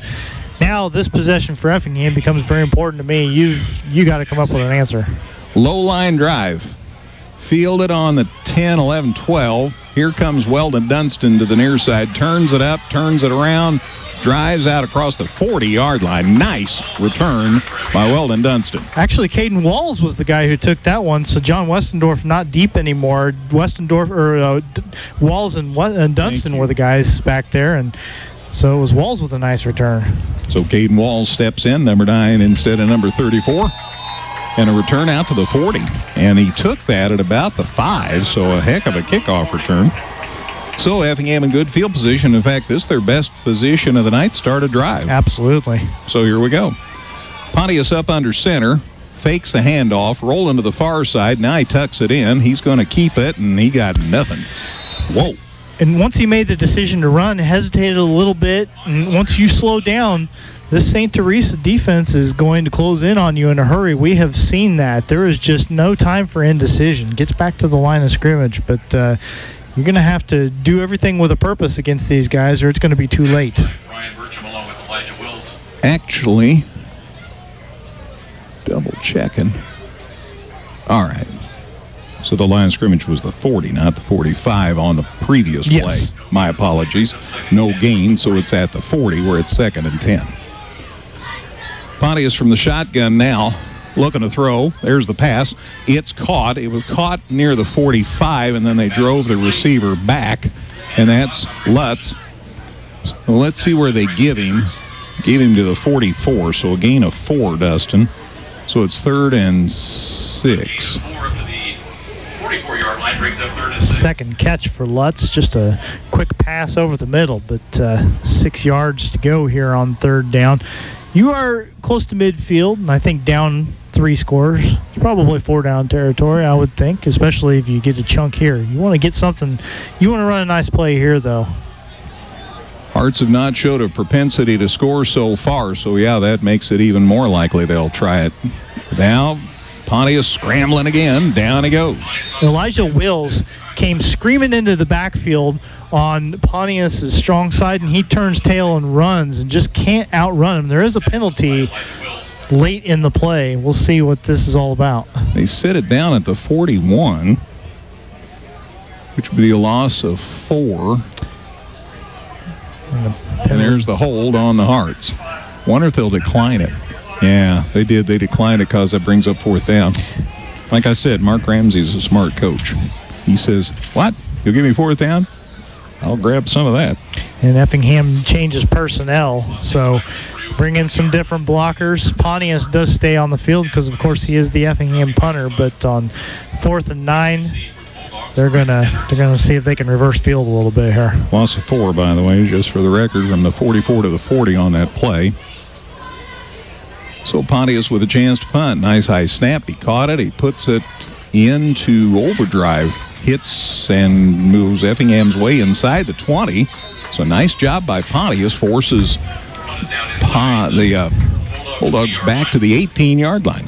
Yeah, so far St. Teresa has shown no interest in trying to return any of these Pontius punts, even though it seems like maybe there's been a little bit of room, but they'll let it check up and get back inside the 20 to the, what is that, you say the 18-yard line? Yes, sir. 42-yard punt. I see John Westendorf standing by the training table. So I'm not sure what that means, but he doesn't have his helmet in his hand. That's never a good sign. So we might not see him on the field anymore tonight. 1st and 10 for St. Teresa at their 18. From the shotgun, Brummer, now man in motion to give him some protection. They hand it off. They run it up the gut. They come to the near side, and down he goes. Might have been a short, well, might have been a loss. Royce Harper got taken down, and from the 18 down to the 16, the official just lost the football. To the 16, a loss of 2. And they tell us that the tackle was courtesy of Connor Simmons. So it's 2nd and 12. See what the Hearts can do here defensively. From the shotgun, snap to Brummer. Coming to the near side, and down he goes out across the 20, and the ball might be loose. Boy, if the Hearts could get it here, that'd be huge. But they didn't. Effingham got a little excited, but the St. Teresa players didn't ever seem to really buy into it too much. And so Harper takes another carry, takes a little punishment, not a ton of yardage on the play. Royce Harper, the gain to the... More than I thought. Yeah, line of scrimmage was the 16. They're giving him to the 23, so gain of 7. 3rd and still 6 or 7. So this is a big play, gang. Get a stop here. Things looking good. Here's the pass. It is knocked down. Good. Great defense. That is Miles Maxiden who broke that one up, I believe. Good coverage. Nice work. Stayed right with the receiver. Didn't overplay it. Swatted it down when it got there. Boy, just a 3rd incompletion for Joe Brummer. He is 12 of 15 for 146 yards in this game. So the Hearts could have something really happy happen here. Zach Donaldson, the deep man on this punt. Remember, John Westendorf had a punt return earlier in this game, but he's not playing at the moment. So there's the punt going away from the Hearts return man, and it stays in bounds, and it gets inside the 40 and rolls out of bounds at about Effingham's 37-yard line. Let's see where they spot this thing. Not a very aesthetically pleasing punt, but a pretty effective one as it just kept rolling. That is going to go back to the 36-yard line. So 1st and 10 for the Hearts at the 36. 18-0 St. Teresa. 3 touchdowns, no conversions. See what the Hearts can do here. Trying to get something going. They run it up the gut, and he's out across the 35. And a mass of humanity. That's Dunston. He's up and trots back to the huddle. Gain to the 38. So a gain of 2. And it's 2nd and 8. And Scott Mosier called that right. He says tackle by the defensive line. Well, you know, you gotta get your humor in when you can. You gotta keep your chin up. Still a lot of football left to play. 7 minutes left, 3rd quarter. 18-0 St. Teresa. Hearts at 2nd and 8. There's the snap and a whistle. And a man in motion, and I'm not sure that they got him set up before they snapped it. Evan Weymouth came from one side of the line to the other, and yeah, he was still moving when the ball was snapped, so it's going to be a procedure penalty, and it's going to be another 5 yards for the Hearts. Line of scrimmage was the 38, so that, with my advanced math skills, we'll move it back to the 33 on the 5-yard walk-off. I might have said somebody on the line actually jumped there, too. Cast of thousands. Hearts make a change at a wideout spot. Carter Bushu checks in. The penalty takes back near the 33-yard line. He comes out here to the near side. So also does Lutz. I'm saying we may be passing the ball here. Man comes over to the split end side, tight end side, rather. Boy, and there's just no time. Looking for help, and there's just none to be found for Pontius. Down he goes inside the 30. So from the 38 down to the 28, they lost 10 yards on that play. All of a sudden, it's getting ugly. And again, the Hearts without John Westendorf, their leading running back from last year, got hurt. And so the fact that combined with St. Teresa's quick attack on defense, making it tough to get anything accomplished here. So 3rd and 18. There's the snap. Looking to throw here. They come again. There's the pass. It's caught by Dunston. He got leveled. He caught it. He held on to it, but he got leveled. Well, and that's just another one. Pontius had 0 time, had to just get rid of it. And, yeah, he got it to Dunston, but Dunston was in no position really to catch that ball, and he just got absolutely smeared when he caught that one. In fact, Effingham lost a yard on that pass completion. So it's 4th and 19 at inside the 30-yard line. So Pontius will be looking for his very best punt here. There's the snap. There's the boot. And it's a pretty good one. Lands at St. Teresa's 40.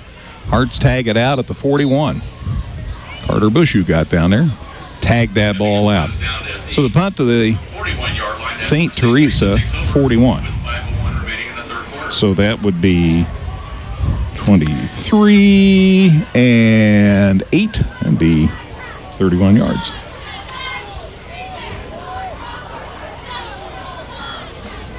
No. 23 yards and 9. 32 yards. Yes, sir. Sorry about that. So 41-yard line. St. Teresa going to have the ball back. 5:01 to go. As this series starts. 18-0 St. Teresa. Boy, you have to keep them off the board. Lots of people moving, and I think too many people moving. And a flag. Well, St. Teresa's had some pretty good drives start with a 5-yard penalty against them already tonight. So what's one more? That one's going to take it from the 41 to the 36. You think it just makes them fired up? I don't know what it does. Doesn't get in their heads. We know that much. Hearts play at Mahomet Seymour next week, 7 o'clock. We'll have it for you right here on 97.9 XFM. Brummer from the shotgun, man in motion, looking to throw, pass overthrown, incomplete. That'll make it 2nd and 15. Clock stops with 4:56 to go in the third quarter. 4 games for you baseball tomorrow from the Teutopolis Wooden Bat Classic. Games at 9, 11, 1, and 3. We're going to do all 4. We'll have the first 2 for you on KJ Country at 102.3. The last 2 on 97.9 XFM. I'll be at Busch Stadium tomorrow night, though. That sounds fun. All right, Brummer. There's the snap. There's the handoff. They run it up the gut. And heading up the field is Royce Harper. He gets it out across the 40 to the 41. Oh, not as much as I thought. In fact, maybe a yard. No gain. It's 3rd and 9, rather. Pardon me. Speaking of Busch Stadium, Braves have a 2-1 lead in that game now, by the way. Braves in front. So 3rd and 10, pardon me. The gain to the 41.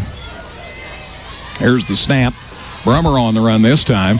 Ooh, that's real close to what a move. Guy from behind. And there's the advance. And they made something out of nothing, but they still lost yardage. Yeah, I mean, he could have lost a whole bunch more. A little spin move there.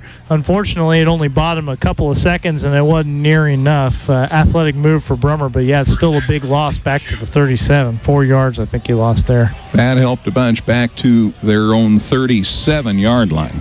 So from the 41 to the 37, a loss of 4. So it's 4th and 13. They're going to punt. 4th and 13, they'll punt it away. There's the boot. Boy, it's a nice one. Goes out of bounds, pardon me. Goes out of bounds this time. Their punter, by the by, is Joe Brummer, who's also the quarterback. That one went out of bounds. So let's see where they do set it down. Hearts are going to have decent field position. Yeah, it wasn't that great of a punt, actually. It was. It looked good, but it went out of bounds a lot quicker. Just a 19-yard punt for Brummer, so a good chance maybe for Effingham to get a little something going here. Well, you just don't know that if you can get one in, maybe that'll lead to some more. It's still just 18-0. Yep, so Effingham going to get everybody back out there. Still no John Westendorf. But we'll see about it here on 44-yard line. A lot of receivers out there. Bringing Walls to the near side. Outlets on the other side. They're still moving on the St. Teresa line. Now they're set. There's the snap, a low one, but they got it off. And a nice handoff and a big gain up the middle and a first down inside the 45-yard line of St. Teresa. Good run by Weldon Dunston. You know how many first downs Effingham had before that? How many? In this half? How many? Big goose egg. So getting the ball moving there. Big gain to the 43. So a gain of 7 and 7. 7, I think, 14 yards. Here's the handoff this time, and Dunstan's at it again, and he gets it inside the 35, and finally down he goes. He's really close to another first down. Well, he just kept pushing. He got stood up about a yard shy of the marker, and then someone came in and clocked him. He still managed to keep his feet underneath him and keep pushing forward. I still don't know that he got to the marker, but if nothing else, it really showed some determined running. To the 33. First down, Effingham. Yeah. It is a first down, 43 to the 33, just enough for a first down. So the Heart's moving. Well, he's gone from 6 to 29 yards in 2 carries, and he's got it again. Gain to the 31, so that'd be a gain of 2. Be 2nd and 8. This is as deep, I think, as the Hearts have been tonight. Maybe I'm wrong. No, you're correct. So to the St. Teresa 31, still 2:45 to go in the third quarter. Walls brings in the play from the sidelines. He'll stay split here to the near side. Lutz is going to come over here too. So let's see what the Hearts have in mind here. From the shotgun, now they got Walls across the middle. They hand him the ball. He turns it up, still on the run. He gets it inside the 30 to the 28. Yeah, gain of 3 to the 28. So it's 3rd and 5. It's the second time they've run that play, that sweep play for Walls, and he didn't get anything the first time. So 3 yards, a little bit better result, but it is still a third down situation. You're deep in St. Teresa territory, so you'll go for it even if you don't get the first down here. But let's just not make that decision. Let's just get it here. Have a happy thought here, right? Minute 50 to go in the third. Walls in motion again. Fake the handoff. Pontius steps up, and down he goes. And that'll bring up 4th down. Boy, he just doesn't have any time. Nope. Any of these plays that are taking a little time to develop, they're just sort of they're dead in the water. So, 4th down. Ball back to the 33. 33-yard line, 4th and 10. So a loss of 5. And it's 4th and 10. Yeah, basically the previous line of scrimmage all the way back there. So now you got those 10 yards to get. So let's see what happens here. Looking to throw. Got time. Cross the middle. Oh, through the hands of the intended receiver. Certainly one that could have been caught. Yep, Lutz was there, and the pass was a little high, but not, I mean, he left his feet, but it was chest high in the hands. Just couldn't pull it in, and that's a turnover on downs. So St. Teresa football with a minute 2 left in the third quarter. Bulldog football, they lead at 18-0. Again, next week the Hearts head to Mahomet Seymour. Don't forget tomorrow, Matt and I have loads of baseball for you. And we have baseball Monday afternoon, Teutopolis at Altamont. So we're going to keep you busy. Brummer, ready? No, not ready. Got a timeout. Maybe Effingham. I think the Hearts called time there. Nope. St. Teresa. Minute 2 to go in the third. St. Teresa 18, Effingham nothing on 97.9 XFM. Come see all the new and exciting Chevrolet and Toyota vehicles here at Dan Heck Chevrolet Toyota, South Route 45 in Effingham, or shop and buy 24/7 at danheck.com.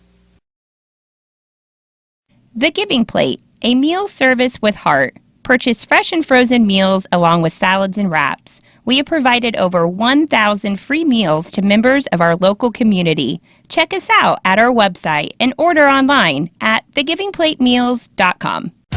Whether you're in the market to purchase a new or pre-owned vehicle, Northside Ford on North Keller Drive in Effingham will find a vehicle that works for you. Check out Northside Ford's selection of cars, trucks, and SUVs today.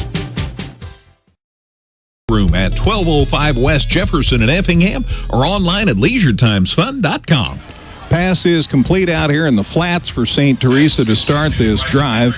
It's catch by Bryson Hendricks, and he advances the football 5 yards from the 33 to the 38 to bring up 2nd and 5. His third catch.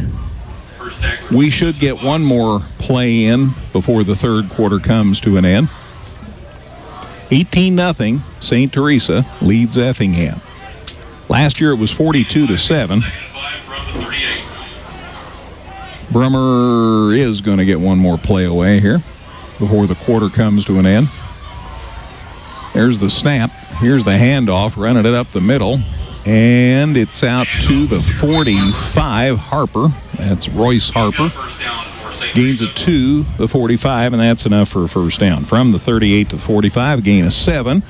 And the advance, they move the football. Now they restart the clock. And the officials, injury timeout. Effingham player down, kind of looking crampy perhaps, based on what we're saying. Not somebody named Crampy, I guess. In this part of the state, I should be more clear. I should not use that word. Somebody cramping up out there on the big E at midfield, and that's just a great part, a great feature of this turf field. But yeah, Trainer Troy out there working out the cramps. Got another Effingham player getting worked on by one of his teammates elsewhere on the E. See, future Trainer Troy. Perhaps. That was the initial guy was Connor Simmons that was getting looked at. He's going to come off the field. I saw Mrs. Trainer Troy this afternoon, Lindsay Van Blaricum, a coach at Altamont, and we were yakking about junior high softball. 13.8 seconds left in the third quarter. Ball at the St. Teresa 45. From the shotgun, Joe Brummer. Long count. He's not going to run anything, just going to let the clock expire. And that's the end of the quarter. Started the clock once everybody was sat down. That ends the third quarter. Well, we played 3. Opening night in high school football in the state of Illinois. After 3 quarters, St. Teresa 18, Effingham nothing. You're on 97.9 XFM. With an expanded service department, our new Express Lube, and a huge lineup from Chrysler, Dodge, Jeep, and Ram, Geckner Brothers continues to build on the service and trust we've earned since 1937. Visit us online at gecknerbros.net. Washington Savings Bank is here for you through every stage of life. We make banking easy and convenient. Just 12 minutes left to play here at Klosterman Field. Effingham trailing St. Teresa 18-0 as we start the fourth quarter. It is Bulldogs football. They have it on their own 45-yard line. It's 1st and 10. Kind of a choppy end to that quarter, but ultimately they let the clock run down after getting a first down. And so here we are. Giving John Westendorf a crutch under his left shoulder. Unfortunate to see. Hopefully just a precautionary thing. But, yeah, we don't look to see him out here again as St. Teresa snaps the ball, handoff, trying to go up the middle, and there is just nothing there. They give it to Royce Harper, their lead back, 55 yards for him on 10 carries heading into that play, and he might have been able to add a yard or two to it. Yeah, they spotted actually at the 48-yard line, so a 3-yard pickup on the play. Kind spot. Well, engine number 99, Charlie Ring, on the stop there. It's up to the 48, 2nd and 7. Shotgun snap, a pass out to the right side. And that one is dropped. That was in the hands of Matt Brummer, and he could not hang on. Some players jumping on the football as that one may or may not have been behind the line of scrimmage. Well, I want to see what the flag's about. It was incomplete.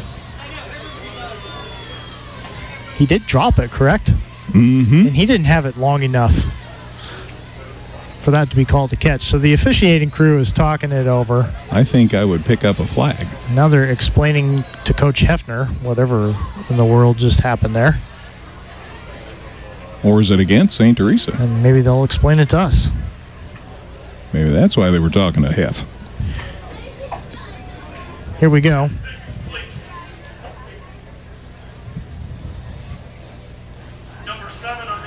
So it's an incomplete pass, but they call holding on the play. They're going to replay 2nd down. So I don't know that the pass, if there's holding and you're replaying 2nd down, I don't know that the pass actually happened. But at any rate, they're walking it back 10 yards to the 38.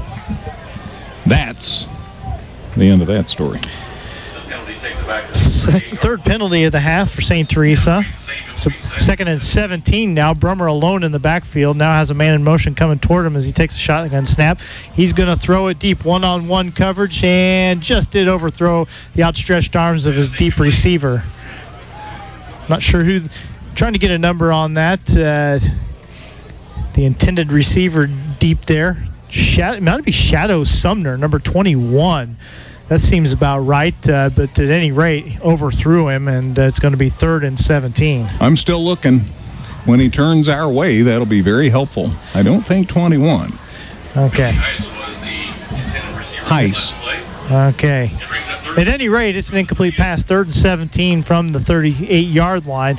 Brummer throwing again. This one is caught in the backfield by Royce Harper. He gets a little bit on the play. Pretty good gain, but remember they were backed up 10 yards because of the penalty, so even there, just shy of the 50-yard line, not even close to a first down. Miles Maxiden on the stop. They gained 10, Dustin, from the 38 to the 48. So the pass completion good for 10, but yeah, it's 4th down. So Royce Harper, his 5th catch for 34 yards. They have an official's timeout. They've got a young man for St. Teresa trying to either get a cramp out or something. Well, that might be Harper, huh? Yes, that's who I'm looking at. You're right. Well, you know, we obviously don't like to see high school kids get hurt at all.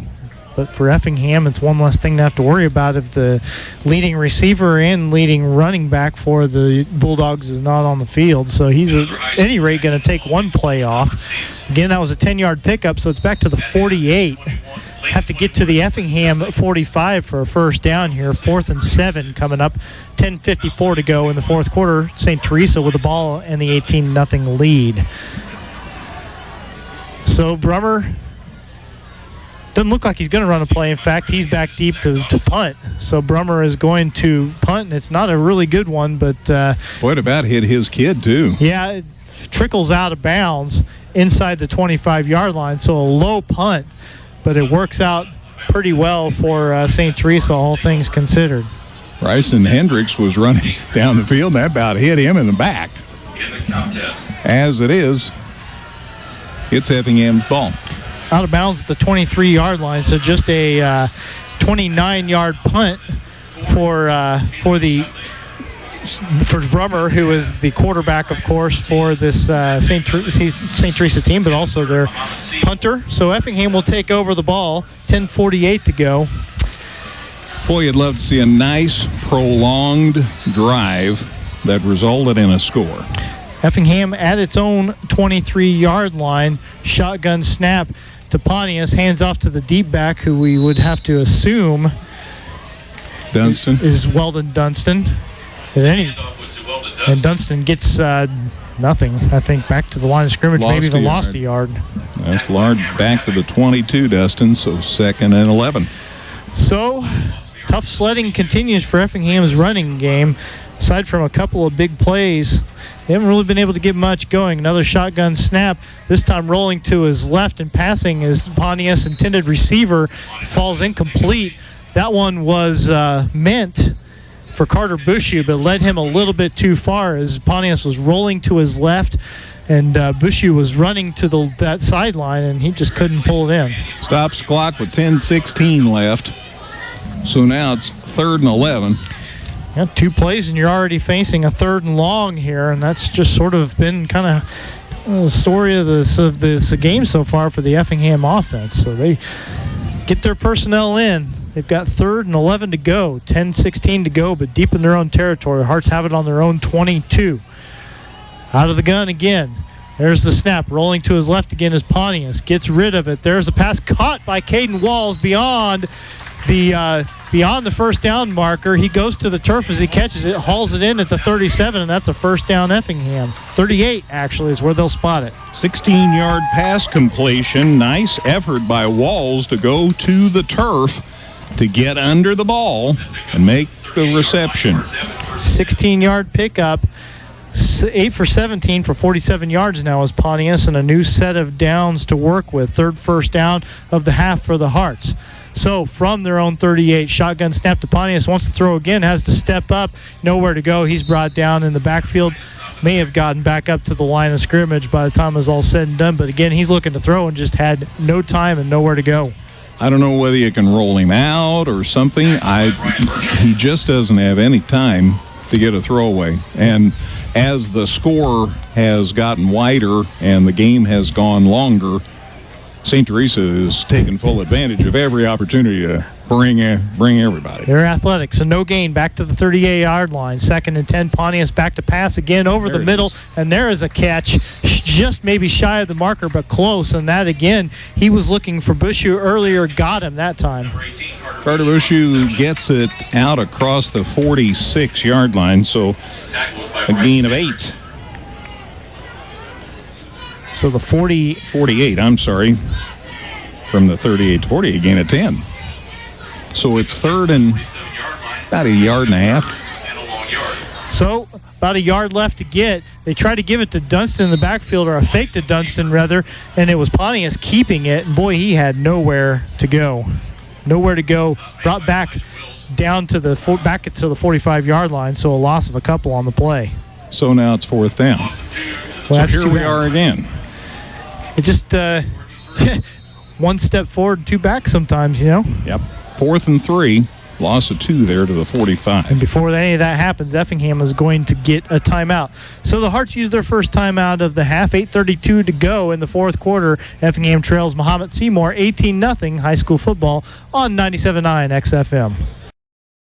Come see all the new and exciting Chevrolet and Toyota vehicles here at Dan Heck Chevrolet Toyota, South Route 45 in Effingham, or shop and buy 24/7 at danheck.com. The Giving Plate, a meal service with heart. Purchase fresh and frozen meals along with salads and wraps. We have provided over 1,000 free meals to members of our local community. Check us out at our website and order online at thegivingplatemeals.com.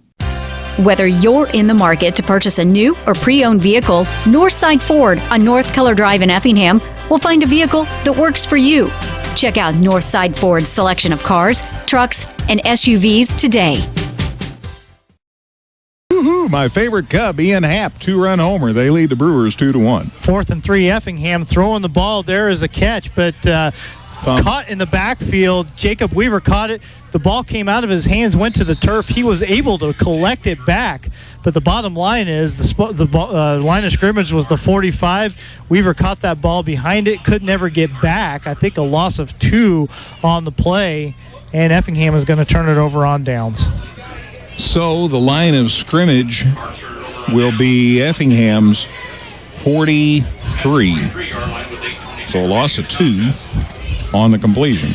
8:22 to go in this fourth quarter, and Effingham another drive stalling out. So they're going to give St. Teresa the ball at the Effingham 43-yard line.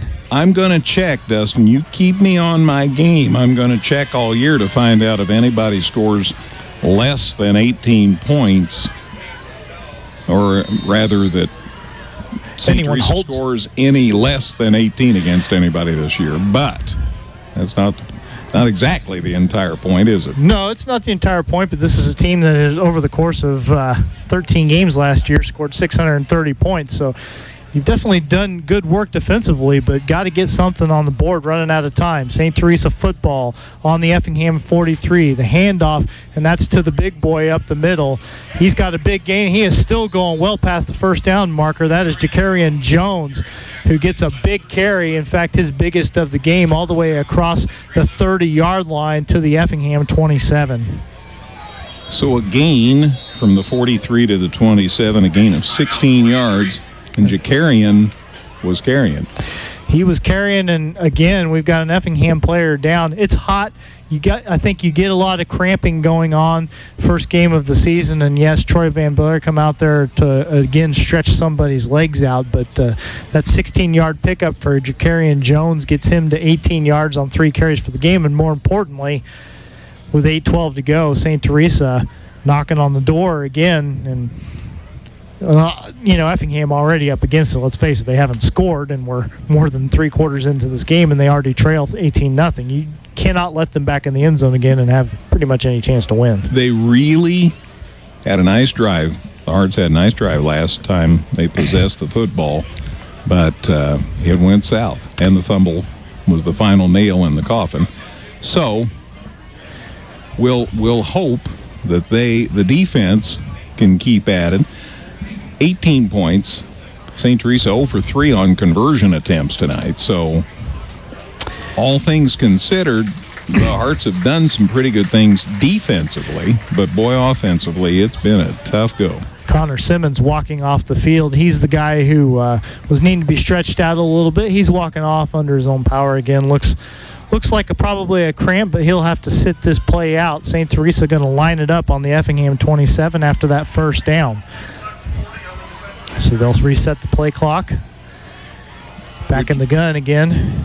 New play clocks, too. Everything's new here. Everything is new. We've barely talked about the big scoreboard, but it sure is nice. Brummer takes a shotgun snap. It's Jones again. He's going left of center, and he is dragging people with him. He's going to be close to a first down, and boy, he never did go down. He got to the sideline. Somebody came in for a late shot at him to try to knock him out of bounds, and he put them on their butt, I'm pretty sure. Easy for me to say I'm up here, but boy, you got to go low to get that big boy down. You get him up around the shoulders or something, he may carry you to the end zone. Got it to the 19-yard line, so an 8-yard pickup for Jones. He's up to 26 yards. He's got 24 yards on his last 2 carries, and it's going to be second and a short 2 for St. Teresa. They've got it inside the Effingham 20-yard line at the 19, in fact. Now Brummer still in the gun. He's got a back next to him. He's going to give it to Jones again. Why not? The man gets a hand on Jones, slows him down, and the other Effingham players come in and clean it up. First man on the scene looks like Chris Himwell. Chris Himwell, number 42, was the first guy to get a hand on him, and some other helpers came. Loss of a couple on the play. And Himwell went low, got him around the ankle. That slowed him down, and other people came to help. So it's a loss, actually, back to the 21, a loss of 2 on that play. Yep, 3rd and 4 now. Jones in the backfield again, goes to the left side of Brummer in the shotgun here, but 2 receivers on each side of the line. They're going to fake it to Jones. Instead, Brummer keeps it. He's going around to the left. He's trying to go for the first down. He dove for the marker. It's going to be close. Just depends on the spot. I don't think he made it. Looks like they're going to put it at the 18-yard line, and that would leave him somewhere in the neighborhood of a yard short or a little less. Brummer got more than I thought. So they do spot it at the 18-yard line. 4th and a yard to go. Got 3. Brummer's still in the shotgun, though. He's not up under center to try to sneak, and they've got the same formation. 2 receivers on each side. Jones beside him in the gun, and 5 guys on the line. Brummer takes the snap. Fakes to Jones, now gets a pass out in the flats. That one is caught by Bryson Hendricks. He catches it at the sideline, gets across the marker, and that is going to be a first down for the Bulldogs. Complete to the 15, Dustin. Gain of 3. It's just a short little pass play, but that's all you need to get those chains moving. Control the clock, too. That's the other big thing. Even though that stopped the clock going out of bounds. Keep possession. Hearts can't score if they don't have the ball. 4th reception for Hendricks, 34 yards for him to the Hearts' 15-yard line, just over 6 minutes to go in this game. So another set of downs for St. Teresa, 15 yards from pay dirt. Shotgun snap, that is to the quarterback Brummer, who keeps it, faked the handoff, and then went himself to the right side and was brought down, I think, right at the line of scrimmage. Well, it's inside the 15. They may give it to the 14, but I think it's the 15, so no gain. At any rate, at most, a half-yard picked up there. Effingham did a good job of holding them down, but again, deep in Hearts territory, it's still at the 15-yard line, 5:35 and counting here in this 4th quarter. St. Teresa with the ball, 18-point lead. Brummer in the gun with his man Jacarian Jones beside him. They're taking their time, of course, letting the play clock run down as much as possible. It's under 10 seconds now. He takes the snap, gives it to Jones. Jones has a guy wrap him up down low, but he just shakes that guy off, brings another person down, and gets forced out of bounds inside the 15. You just can't hit that guy high and expect that you're going to slow him down. Well, you might slow him down. Slow him down. I mean, he's not the fleetest of foot to begin with, but yeah, once he gets ahead of steam built up, very difficult to bring down. They're going to spot that at the 12-yard line. Yep, gain of 3. And again, he went out of bounds, so clock stops with 5:12 left. 3rd and 7 now for St. Teresa. Again, they're looking to just run as much clock down as possible. They've already got the 18-0 lead over Effingham, and they're just sort of trying to finish this game off. Snap. Brummer fakes the handoff, now goes for a pass in the end zone, and that one was way too high for, I guess, intended receiver Matt Brummer. I don't know if that was intended for him or not. 2 Effingham jerseys were the closest to it, but it trickles harmlessly out the back of the end zone at the end of the day. And one of his teammates, Bryson Hendricks, is over there checking our website. He was so open, he was jumping up and down and waving, and he said, hey. Okay. Checking our website, huh? I think he was listening online. If he's smart. Well, he should just download the app, you know? Don't have your phone out there, though. Get one of those radios like the quarterbacks have in the NFL now. We're going to have a timeout on the field, so we'll take it with them. 18-0, Effingham trailing St. Teresa here in the 4th quarter. High school football on 97.9 XFM. With an expanded service department, our new Express Lube, and a huge lineup from Chrysler, Dodge, Jeep, and Ram, Geckner Brothers continues to build on the service and trust we've earned since 1937. Visit us online at gecknerbros.net. Washington Savings Bank is here for you through every stage of life. We make banking easy and convenient. Well, St. Teresa used their second timeout there. 5:08 to go in this 4th quarter. The Bulldogs lead Effingham 18-0. Doing the helmet shuffle on the scoreboard there. A football hidden under one of the helmets there. So it's just like being at a college or pro game there. Greg's watching it. He's going to tell us which one it is. It's one in the middle. Now not. That's always the guess, right? At any rate, they're going to start playing out on the field before that even gets finished. Oh man, 3. Missed again. St. Teresa football on the 12-yard line. Ball on the turf. The snap was not clean. Brummer could not hang on to it, and Effingham falls on it. The Hearts get their first takeaway of the season at about the 15-yard line, and with 5:03 to go, a little bit of life left in it for the Hearts. So give that man a 3-yard loss. And I'm seeing who they're pounding on when he comes off the field. Could have been Heil. We'll double check. We'll have to ask after the game. At any rate, it's Effingham football at their own 15-yard line. But again, 5:03 to go and down 18-0, Greg. All right. We get word from Gale about NASCAR. Man, oh man, there's still haven't started. Still raining in Daytona. All right, 1st and 10 at the 15.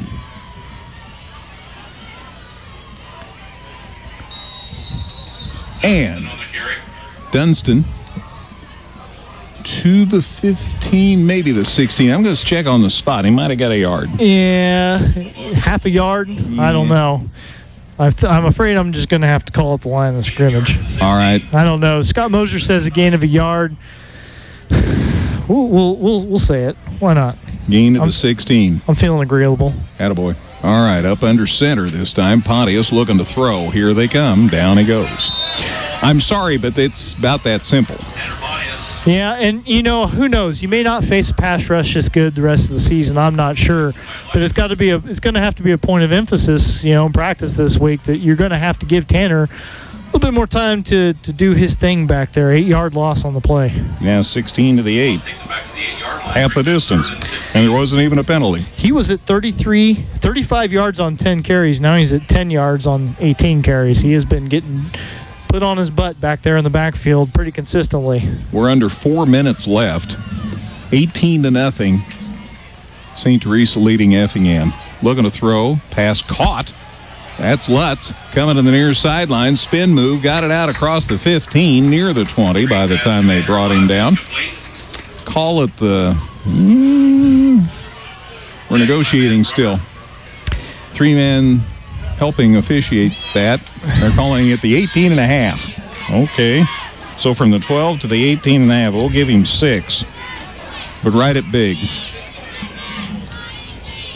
So that makes it 4th and 6. Hearts need to do something special here to keep this drive. Well, it'd be nice to at least get some points on the board. You know what I'm saying? Going to punt. Pontius. Boy, that was way up in the air. Nobody was deep for St. Teresa, so this one will just roll as far as it can inside the 30.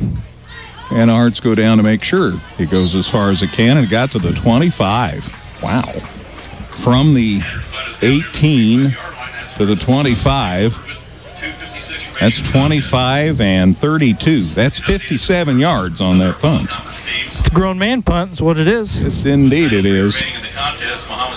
So, wow, Mohammed Seymour, 51-14 lead over Morton. Morton up near Peoria. They've got great disc golf courses up there. But you don't want to hear about that. Back to the 25-yard line. That's where St. Teresa's going to set it up. 1st and 10. With 2:56 remaining. Yeah, you'd sure like to get another takeaway, get a quick stop, try to get. I mean, you may not win this game. Obviously, that one's sort of going by the wayside, but getting some points on the board, not getting shut out, would just be some sort of positive momentum here. Looking to hand off, heading up the middle, out across the 40 to the 43. That was a nice run. And a great carry, and he gets it out to Royce Harper. Carried that football, and he gets it to the 43. So 18-yard gain. And a new set of downs. Harper up to 76 yards on 12 carries. Again, not eye-popping offensive numbers for either one of these teams, but Harper's been a tough guy to bring down at times. They're going to keep the quarterback, Brummer, in the gun. 2:22 to go in this one. They hand off. A nice job by the Hearts. Is a good stop as Jones, the big lad, took it right at him. And Caden Walls, who's been a receiver tonight, put his helmet down and just took him down. No gain. It's 2nd and 10. Nice job by Walls. I hope he still feels good about it. Well, I got to imagine that he'll feel it a little bit. Oh, man. But you got, no quit in him. The game's 48 minutes long, and there's still 2 to go. Here come the Hearts. There's no snap. I think Brummer just kept. They get it to the 45. Will's 6, not 5, took the carry. Thank you. Easy mistake to make, especially this time of night. Gain of 2 to the 45, so it's 3rd and 8. Minute 20 left in this one. We're going to talk with Coach Hefner on the post-game show. We'll recap all the scores. Gail tells me it's still raining in Daytona. BD's still here. They're trying to get that race in. So we'll keep you up to date on that. Good news from St. Louis, too. We'll let Gail pass it along later. But there's the snap coming up the middle. Big collision. He did not get to midfield. Brummer, the quarterback, kept a couple of people there for the Hearts. And credit where credit's due. Miles Maxidon's had a good night on defense. Chris Hemwall's also in there. And I thought I saw Logan Heil. Brummer's probably saying, did you really need to call my number one more time in this game? We're down to 30 seconds. So they should have to run one more play. Yeah, they could get the victory formation going here. But they're going to let as much time run as they can. Great crowd here tonight. Let me say that again. I mentioned that at the start of the broadcast. Wonderful crowd tonight. 4 more of these to go at least. And so, keep coming out, folks. Team's going to be all right. Oh, yeah. So the Hearts call time with 10.4, St. Teresa called. Yeah, they called it just to stop the clock, but yeah, they'll run one more play at 10.4 seconds and call it a night.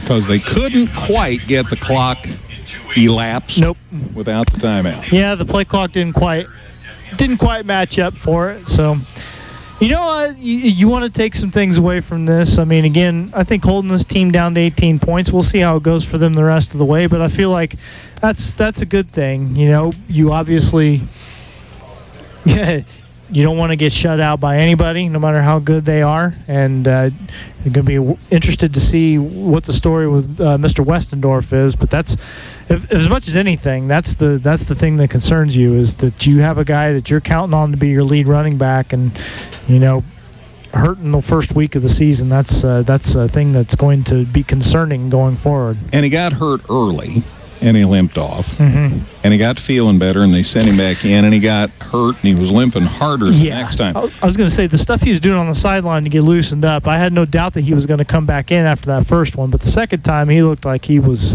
you could kind of tell from body language he was just done. Sometimes the heart wants to do it, but the body just can't. Nope. So the ball's at 49. It's fourth down, and they're going to punt. And one for the road. It's a really short punt, and it trickles out of bounds about the 15-yard line. And the 3.8, we're still not done. 3.8 seconds left. Yeah, just making sure that I got to write a few more things down. Goes out of bounds at the 16, so it's good, good distance on it anyway, 35-yard punt. They haven't been pretty for Brummer, but he's gotten them done. He got the job done. This is where Larry Wilson would call the old hook and ladder play. Looks like Larry Wilson's calling the old get out of here play. He's got his gear. He's ready to go. Oh, man. Hearts line it up. There's a knee. That's the show. Well, the Hearts shut out on opening night. Final score, Decatur St. Teresa 18. Effingham nothing. So the number 8 and 4A got beat by the number 2 and 2A, 18-0. And next week, the Hearts go to play the number 3 and 5A. So going to be interesting. Final score again here at Klosterman Field at Washington Savings Bank Stadium. St. Teresa 18, Effingham nothing. Back with the post-game show. Visit with Coach Hefner and stats and scores and more. You're on 97.9 XFM. Come see all the new and exciting Chevrolet and Toyota vehicles here at Dan Heck Chevrolet Toyota, South Route 45 in Effingham, or shop and buy 24/7 at danheck.com. The Giving Plate, a meal service with heart. Purchase fresh and frozen meals along with salads and wraps. We have provided over 1,000 free meals to members of our local community. Check us out at our website and order online at thegivingplatemeals.com. Whether you're in the market to purchase a new or pre-owned vehicle, Northside Ford on North Keller Drive in Effingham will find a vehicle that works for you. Check out Northside Ford's selection of cars, trucks, and SUVs today. Your thoughts on the game? About what I thought. A lot of good things defensively. I thought we'd be a little bit better apt to handle them defensively this year. And thought our kids played their tails off defensively. Offensively, about what I thought. We're a work in progress up front. We got a couple spots that we got some guys that got to decide they're going to play or they're not going to play. We're going to have to find some people that will play. And then the other thing that we worried about going into this year offensively was who's going to make plays. Made a decision to move Armando over, and so we got to have some guys. We got to have some guys make plays, and you've heard me say it the last 7-8 years. When you play really good people, you don't get 4, 5, 6, 7 opportunities to make plays. You get 2 or 3, and you better make the plays. And if you don't, you're not going to make them, and you're not going to have a chance of winning. And we had some opportunities tonight to connect, didn't, and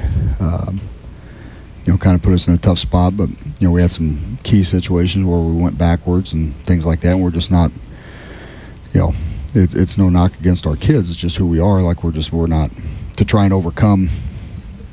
To go backwards when you're not explosive offensively. To overcome those mistakes is tough. So you got to limit your mistakes and 2nd and 7. You say throw the ball. Okay, well 2nd and 7 and get it incomplete or And like now you're 3rd and 7, or you get a holding call, or you get, so those are the things we got to clean up. But it's, at the end of the day, they played with 2 deep safeties and 2 wide corners and gave us a 7-man box. And somebody gives you a 7-man box, you got to be able to run the ball all day, and we couldn't. And you got to create make the 8th defender come into the box, and we never made the 8th defender come into the box. And that's the first thing we got to get fixed. Be nice if, and I don't want to sound real critical, but if Pontius had a little more time to throw, that would help. Yeah, I'll have to take a look at it, and see if it was protection bus or if it was technique bus, what we got. But the other thing, stuff gets sped up on Friday night too than what you get during the week, and we'll take a look at it and go from there. But it's like I told the kids, we'll be just fine. We've got this one tonight, and we got a real monster next week. But listen to the other conference scores and where we're at and what we did tonight. Had the pick 6, the short pick 6, and then I probably, looking back, probably shouldn't have went for it on the 4th down after we got in a couple. That 5 yards might have been a little bit too long. Gave them a short field there, and the deep pass and to open to scoring in the second half. Again, I'll take the hit on that one. It's something that a technique that we teach. You typically don't see roll out by the quarterback and number 1 going vertical and them having time to throw the ball to number 1. Typically, if they're rolling out and he's going vertical, it's to clear it out for other people coming. So I think Jack was trailing, looking for other routes coming, and also, we don't get to the quarterback and they throw the ball vertical. Well, Coach, exactly. I thought you said they don't do that. Well, they normally don't. They did that time, so I'll take the hit on that one. So to kind of hold them in check offensively and for the defense to step up at times to keep them from scoring was big. And I think we'll build off of that. And we've got to continue to get better offensively. Physically is one thing. Emotionally is another thing. They were deep in their territory. That 5-yard walk-off, you're thinking, all right, we got them right where we wanted. 2 passes later, they score. Yeah, and that's what we like offensively right now. I mean, it just, we've got to find ways to generate plays, and a lot of it's protect better and make quicker decisions and do some of those things. But we'll go back to work on Monday. I love our kids. I love how they work. Love how they compete. Love this group of kids, and I think the way they approached it after the game and the whole time during the game, we'll be just fine. We've got some things that we got to get straightened out. We know we got another Bear next week, and then get ready for that. To your point about the fact that the defense played well last year, after a quarter, it was pretty much over. You were right in this one. Yeah, we were in it through halftime, really, in it even after the third score, through the third game. It's one of those deals where I thought if we could just get one play, if we could just make one play and find a way to get in the end zone, and might lead to some more. But we'll take a look at the film, and it's like I told the kids afterwards, a lot of good things to build off of, and we'll come in tomorrow and work to get better. You and I talked in the pregame interview earlier this week that you probably couldn't have found 2 tougher teams to start a season with. And one's down and still got one to go. Yeah, still got one to go, and they hung a lot of points tonight. So we'll be a different type of game, different type of team next week, different style, different. So we'll take a look at things and see what kind of plan we can come up with, and see how healthy we are coming out of tonight, and get ready to roll. What do you know about John? I don't know anything. Don't know a thing. So we'll see going forward. Hopefully that's not a position that we're real deep at. So hopefully it's nothing major, and he'll be back with us. I'm for that. Hey, we got 8 more to go. We do. Yep. And I like the way they approach it, and enough really good things tonight. I think we'll be just fine going forward. Like I said, we got another Bear of a game next week, and get ready for that one. Always a pleasure. Thanks, Greg. Appreciate it. Thank you, Brett. You bet. Hearts coach Brett Heffner. Appreciate him coming up and joining us on the post-game visit. Again, the final score tonight, 18-0, as Decatur St. Teresa gets the victory. They're 1-0. We're 0-1, and we'll see what happens at Mahomet Seymour next Friday night. Thank you, Dustin. We appreciate all your help, sir. Yep. good to be back in the swing of things. I think, what were we deciding? I think this is my 12th season, I think. 12. So good to get back in the swing of things. Really look forward to it. It's always nice, I think, when baseball ends and we get to summer and we got a little time to not be doing sports broadcasts and it gets to be August and you're like, football, let's get some football going. Especially you can just look forward to it once a week. And again, can't say enough about the facilities here. It's a great looking field. Come out and see it if you didn't come tonight. And of course, they take great care of us here. Always a pleasure to broadcast from the press box here at Klosterman Field. Without a doubt. So thanks to Mr. Woltman and everybody here for their help. Thanks to Caleb Moody. He's behind the camera. I'm in front of the camera right now if you're seeing this whenever you're seeing it. But Caleb is back there. Thanks to Wayne for coming out and helping a bunch. Appreciate that. Thanks to Gail. Thanks to BD over there, who's still trying to do his not rain dance. So to get it stopped down there at Daytona before midnight. And we have baseball again tomorrow. 9-11, 1 and 3 games on the first two on KJ Country, second two on 97.9 XFM from the Teutopolis Wooden Bat Classic. So for all those people, I'm Greg Sapp. Final score again, St. Teresa 18, Effingham nothing. Good night, everybody.